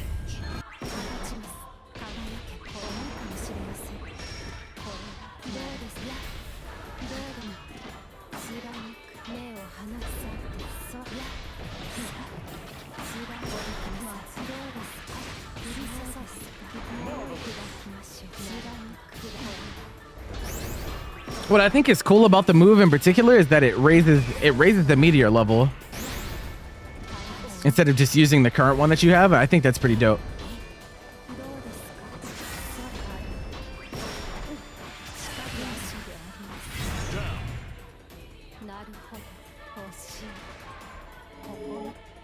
Battle 2. Engage.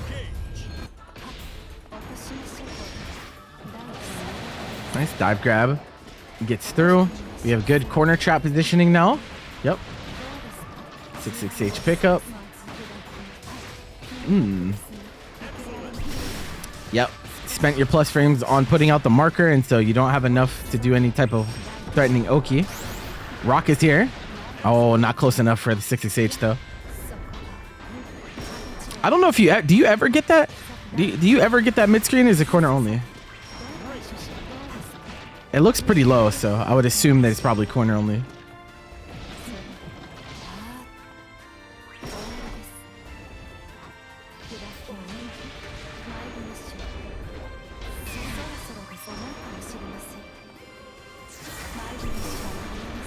Yeah, trying to react to Fidgeties putting out a marker with the rock. It didn't go in time, but Fidgeties get the grab. tie it up. Galleon. Believe in victory. Galleon. Battle 1. Engage.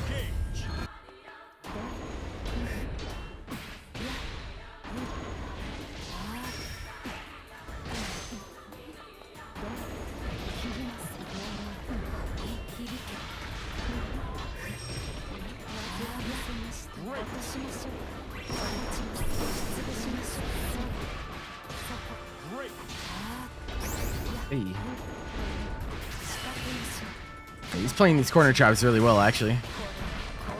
Kaio having trouble getting out. It is a UDP only character, so on defense can suffer a bit.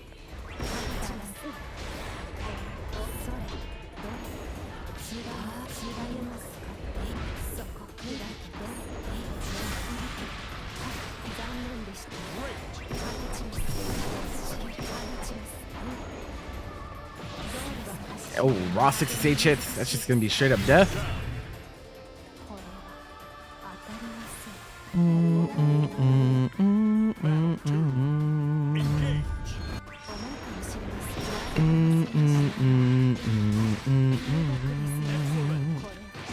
Unhand me. Oh, the clash.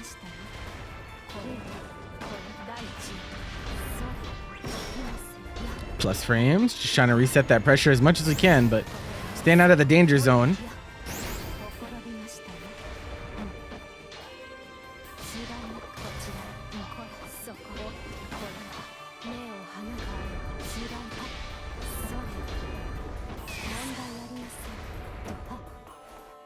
Nice. That was a great weight.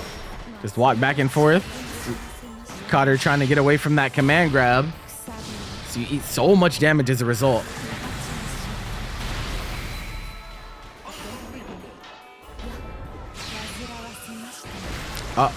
Wait, did he commit to a button? I don't know if I saw punish there or not, but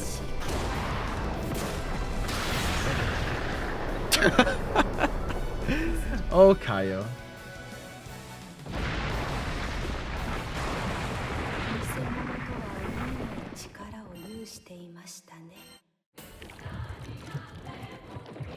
Believe in victory.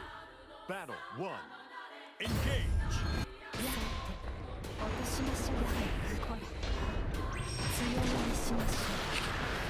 You know, it is still, you know, only a very short time since the characters come out, so I think as time goes on, we'll see the reversal super work less, but as of now, it's cooking people for sure, despite its weaknesses.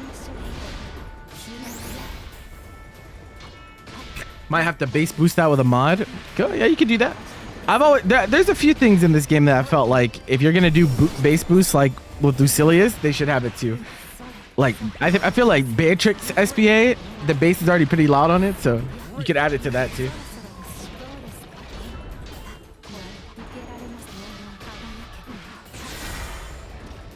Oh, yeah, you can't do that. It's not a thing. It's not, that's exactly what I mean, bro. It's not.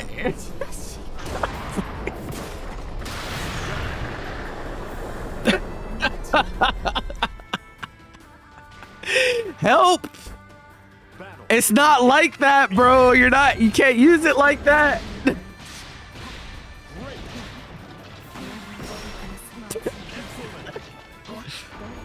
To be fair, her command grab super is the only one in the game like that, so I don't blame people for not knowing, but it is important to know.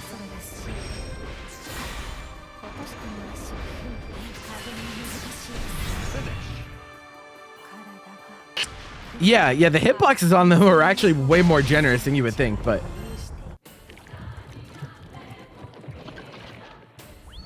believe in victory. Battle 1. Engage.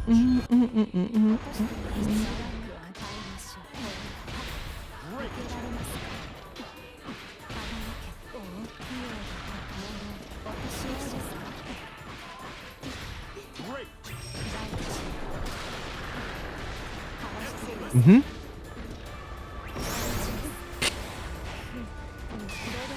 Well, I mean, you say square ass hitbox, but I mean that's why they're called hitboxes, my friend.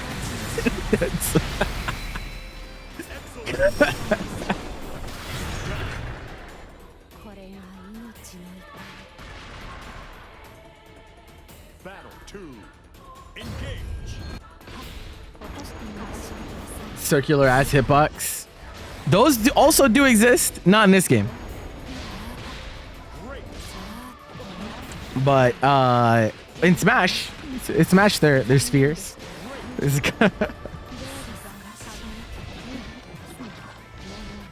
Oh, cooked. Oh, too far away to get anything though.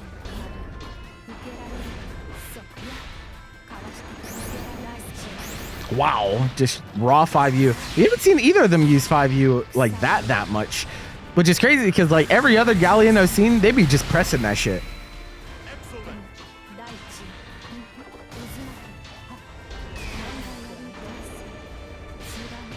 Oh yeah, no, absolutely. Like that, even the concept of getting Z access is really funny, just in general.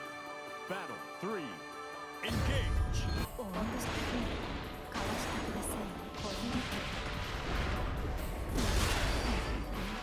Another really important thing I think people do need to realize though in terms of 5U is that it doesn't do any damage. So, you know, if you're not getting a combo or some good like Oki or something off of it, like it's kind of whatever, right? That was kind of the situation we ran into there. Kaio pressed 5U and it hit, but like if you're not in range for the command grab. Oh, he thought it would be a punish, I think. I think he thought he would land in time to punish. And he did it. It'd be like that. Battle 1. Engage.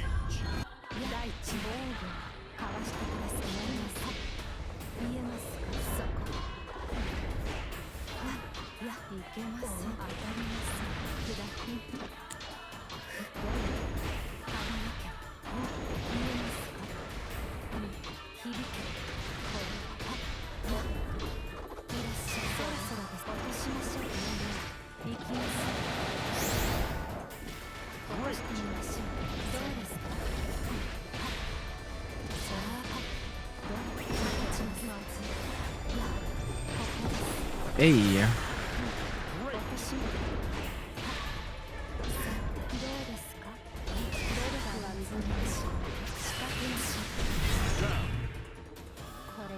Gotta at least be ready for the grab. True. Battle 2. Engage. I think as time, like again, like I think as time goes on, people will get a little bit more better. They'll get better at like noticing like the sound cue or the way the animation plays out. But for now, people are just gonna get grabbed. It'd be like that.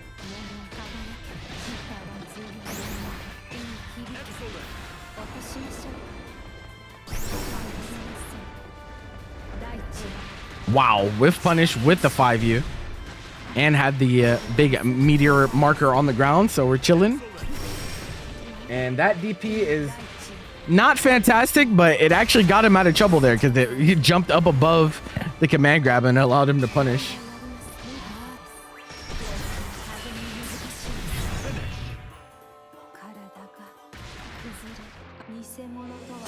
Yeah, people jump because it's pretty active. Like it's I think it's 6 frames active for command grab, and the range is pretty big. So I think if you try to backdash it, in a lot of cases it'll still hit you because of the active frames. But I haven't done extensive testing on it yet.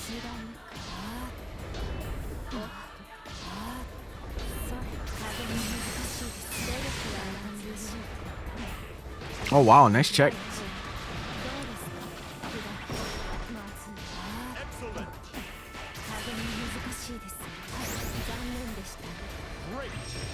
We're out of there, but doesn't press the right button, so we don't end up getting the punish on that.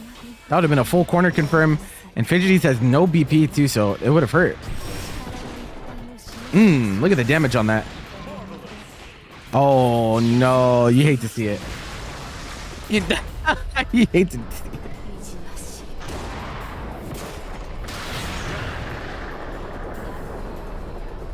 We got the U command grab, but ended up dropping the follow-up.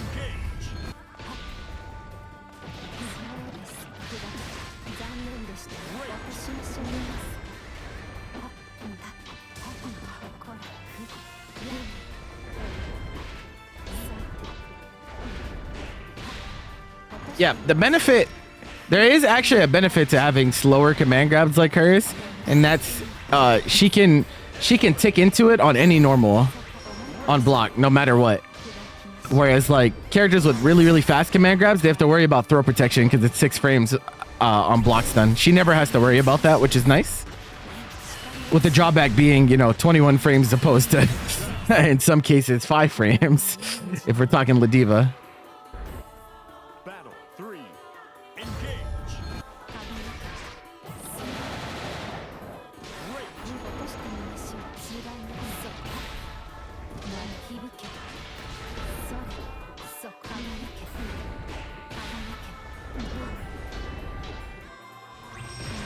Nice.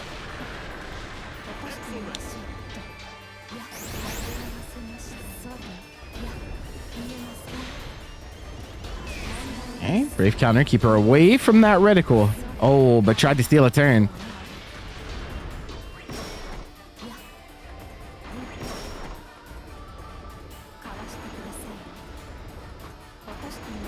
Okay, that's a punish. Oh, but no hit confirm again. Kaio had an opportunity there.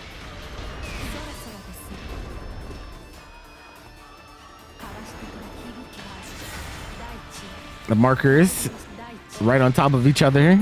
The purple.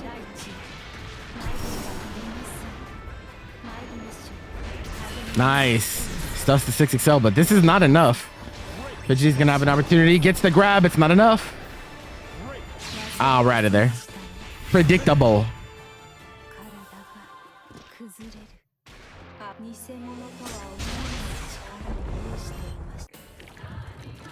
Believe in victory. Battle 1. Engage.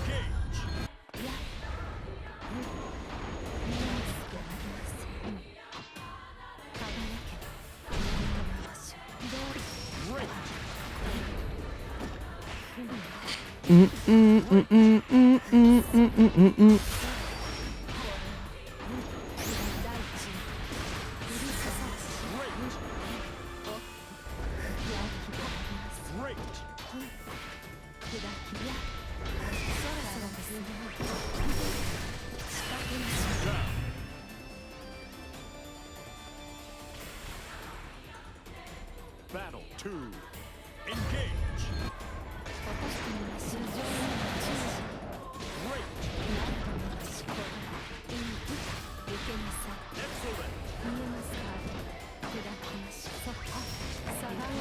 Chip damage on Raging Strike. Now that's some Granblue. True. True. The, you know, there's still a decent amount of people who didn't know that that's a thing, which is even funnier. I actually had someone ask me about it like not too long ago. It was like yesterday or the day before.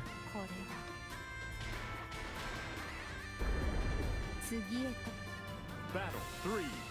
Engage.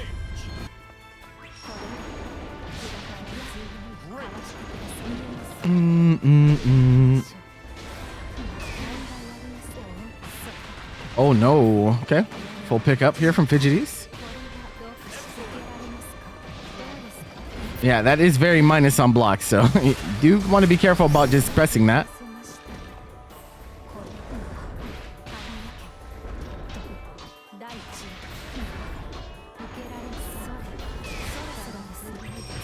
Yoink. And we have the rock available. So, and with that, you are dead.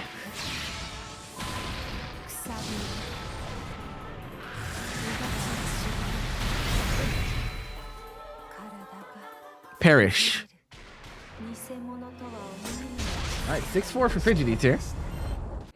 And Kaio, Believe in victory. full committing. Battle 1.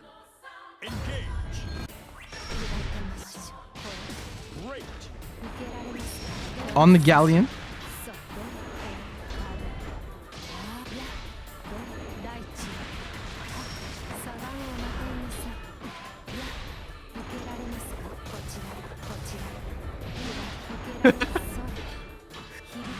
It's like actually like I don't know why, but as time goes on, I noticed that the sound is just like so much louder to me more and more as time goes on.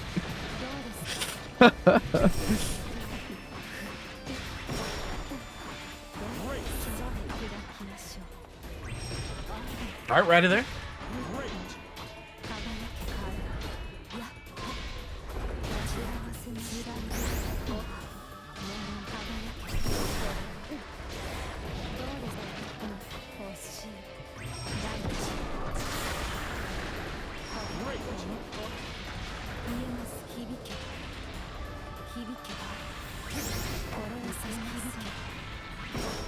Oh, bro.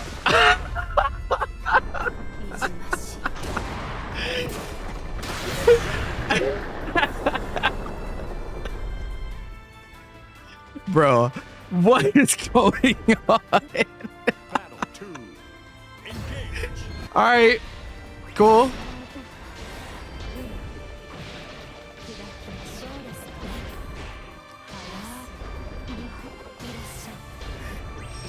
Yoink.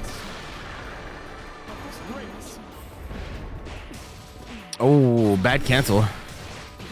But then goes into UDP as an ender, so you just kind of lose 50 meter. Nice. Good spacing on that, but it's not quite enough.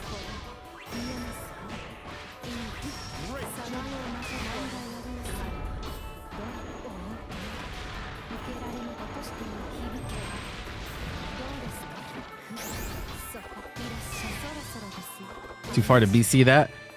We're just trying to take our plus frames, but again, Fidgeties with this L command grab. L air grab, rather. Get him in a little bit of trouble. In the bonk, Raging Strike, Raging Chain. 5 to 6. Theater, some would say. Believe in victory. Battle 1. Engage.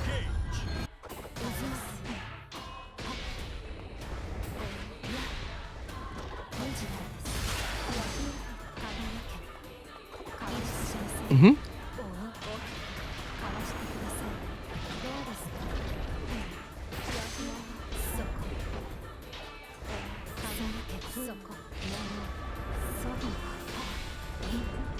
These two are hilarious, bro. I just, yeah.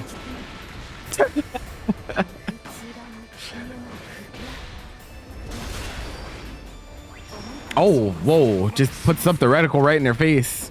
Maybe he was trying to bait out a jump or something.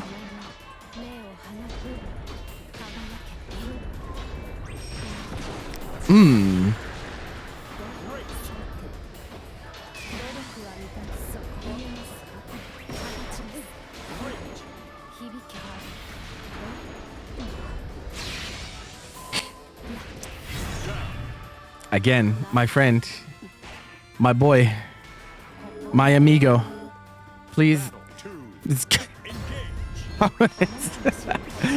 I need y'all to relax.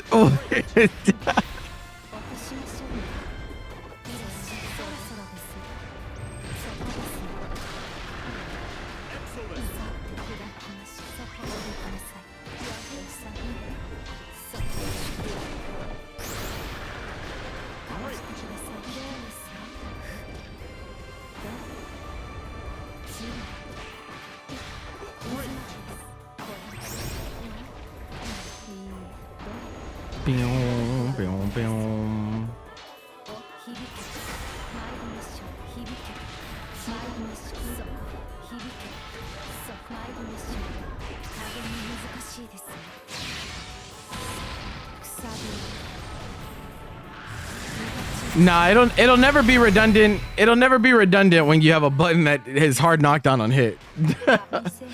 It might feel like it's less useful, but having a button that does that is just nice in general. But GG's. Fidgeties wins the Galleon mirror 7-5. And so ends week number 22 of the Azure Exhibitions. Thank you to all the players that came through.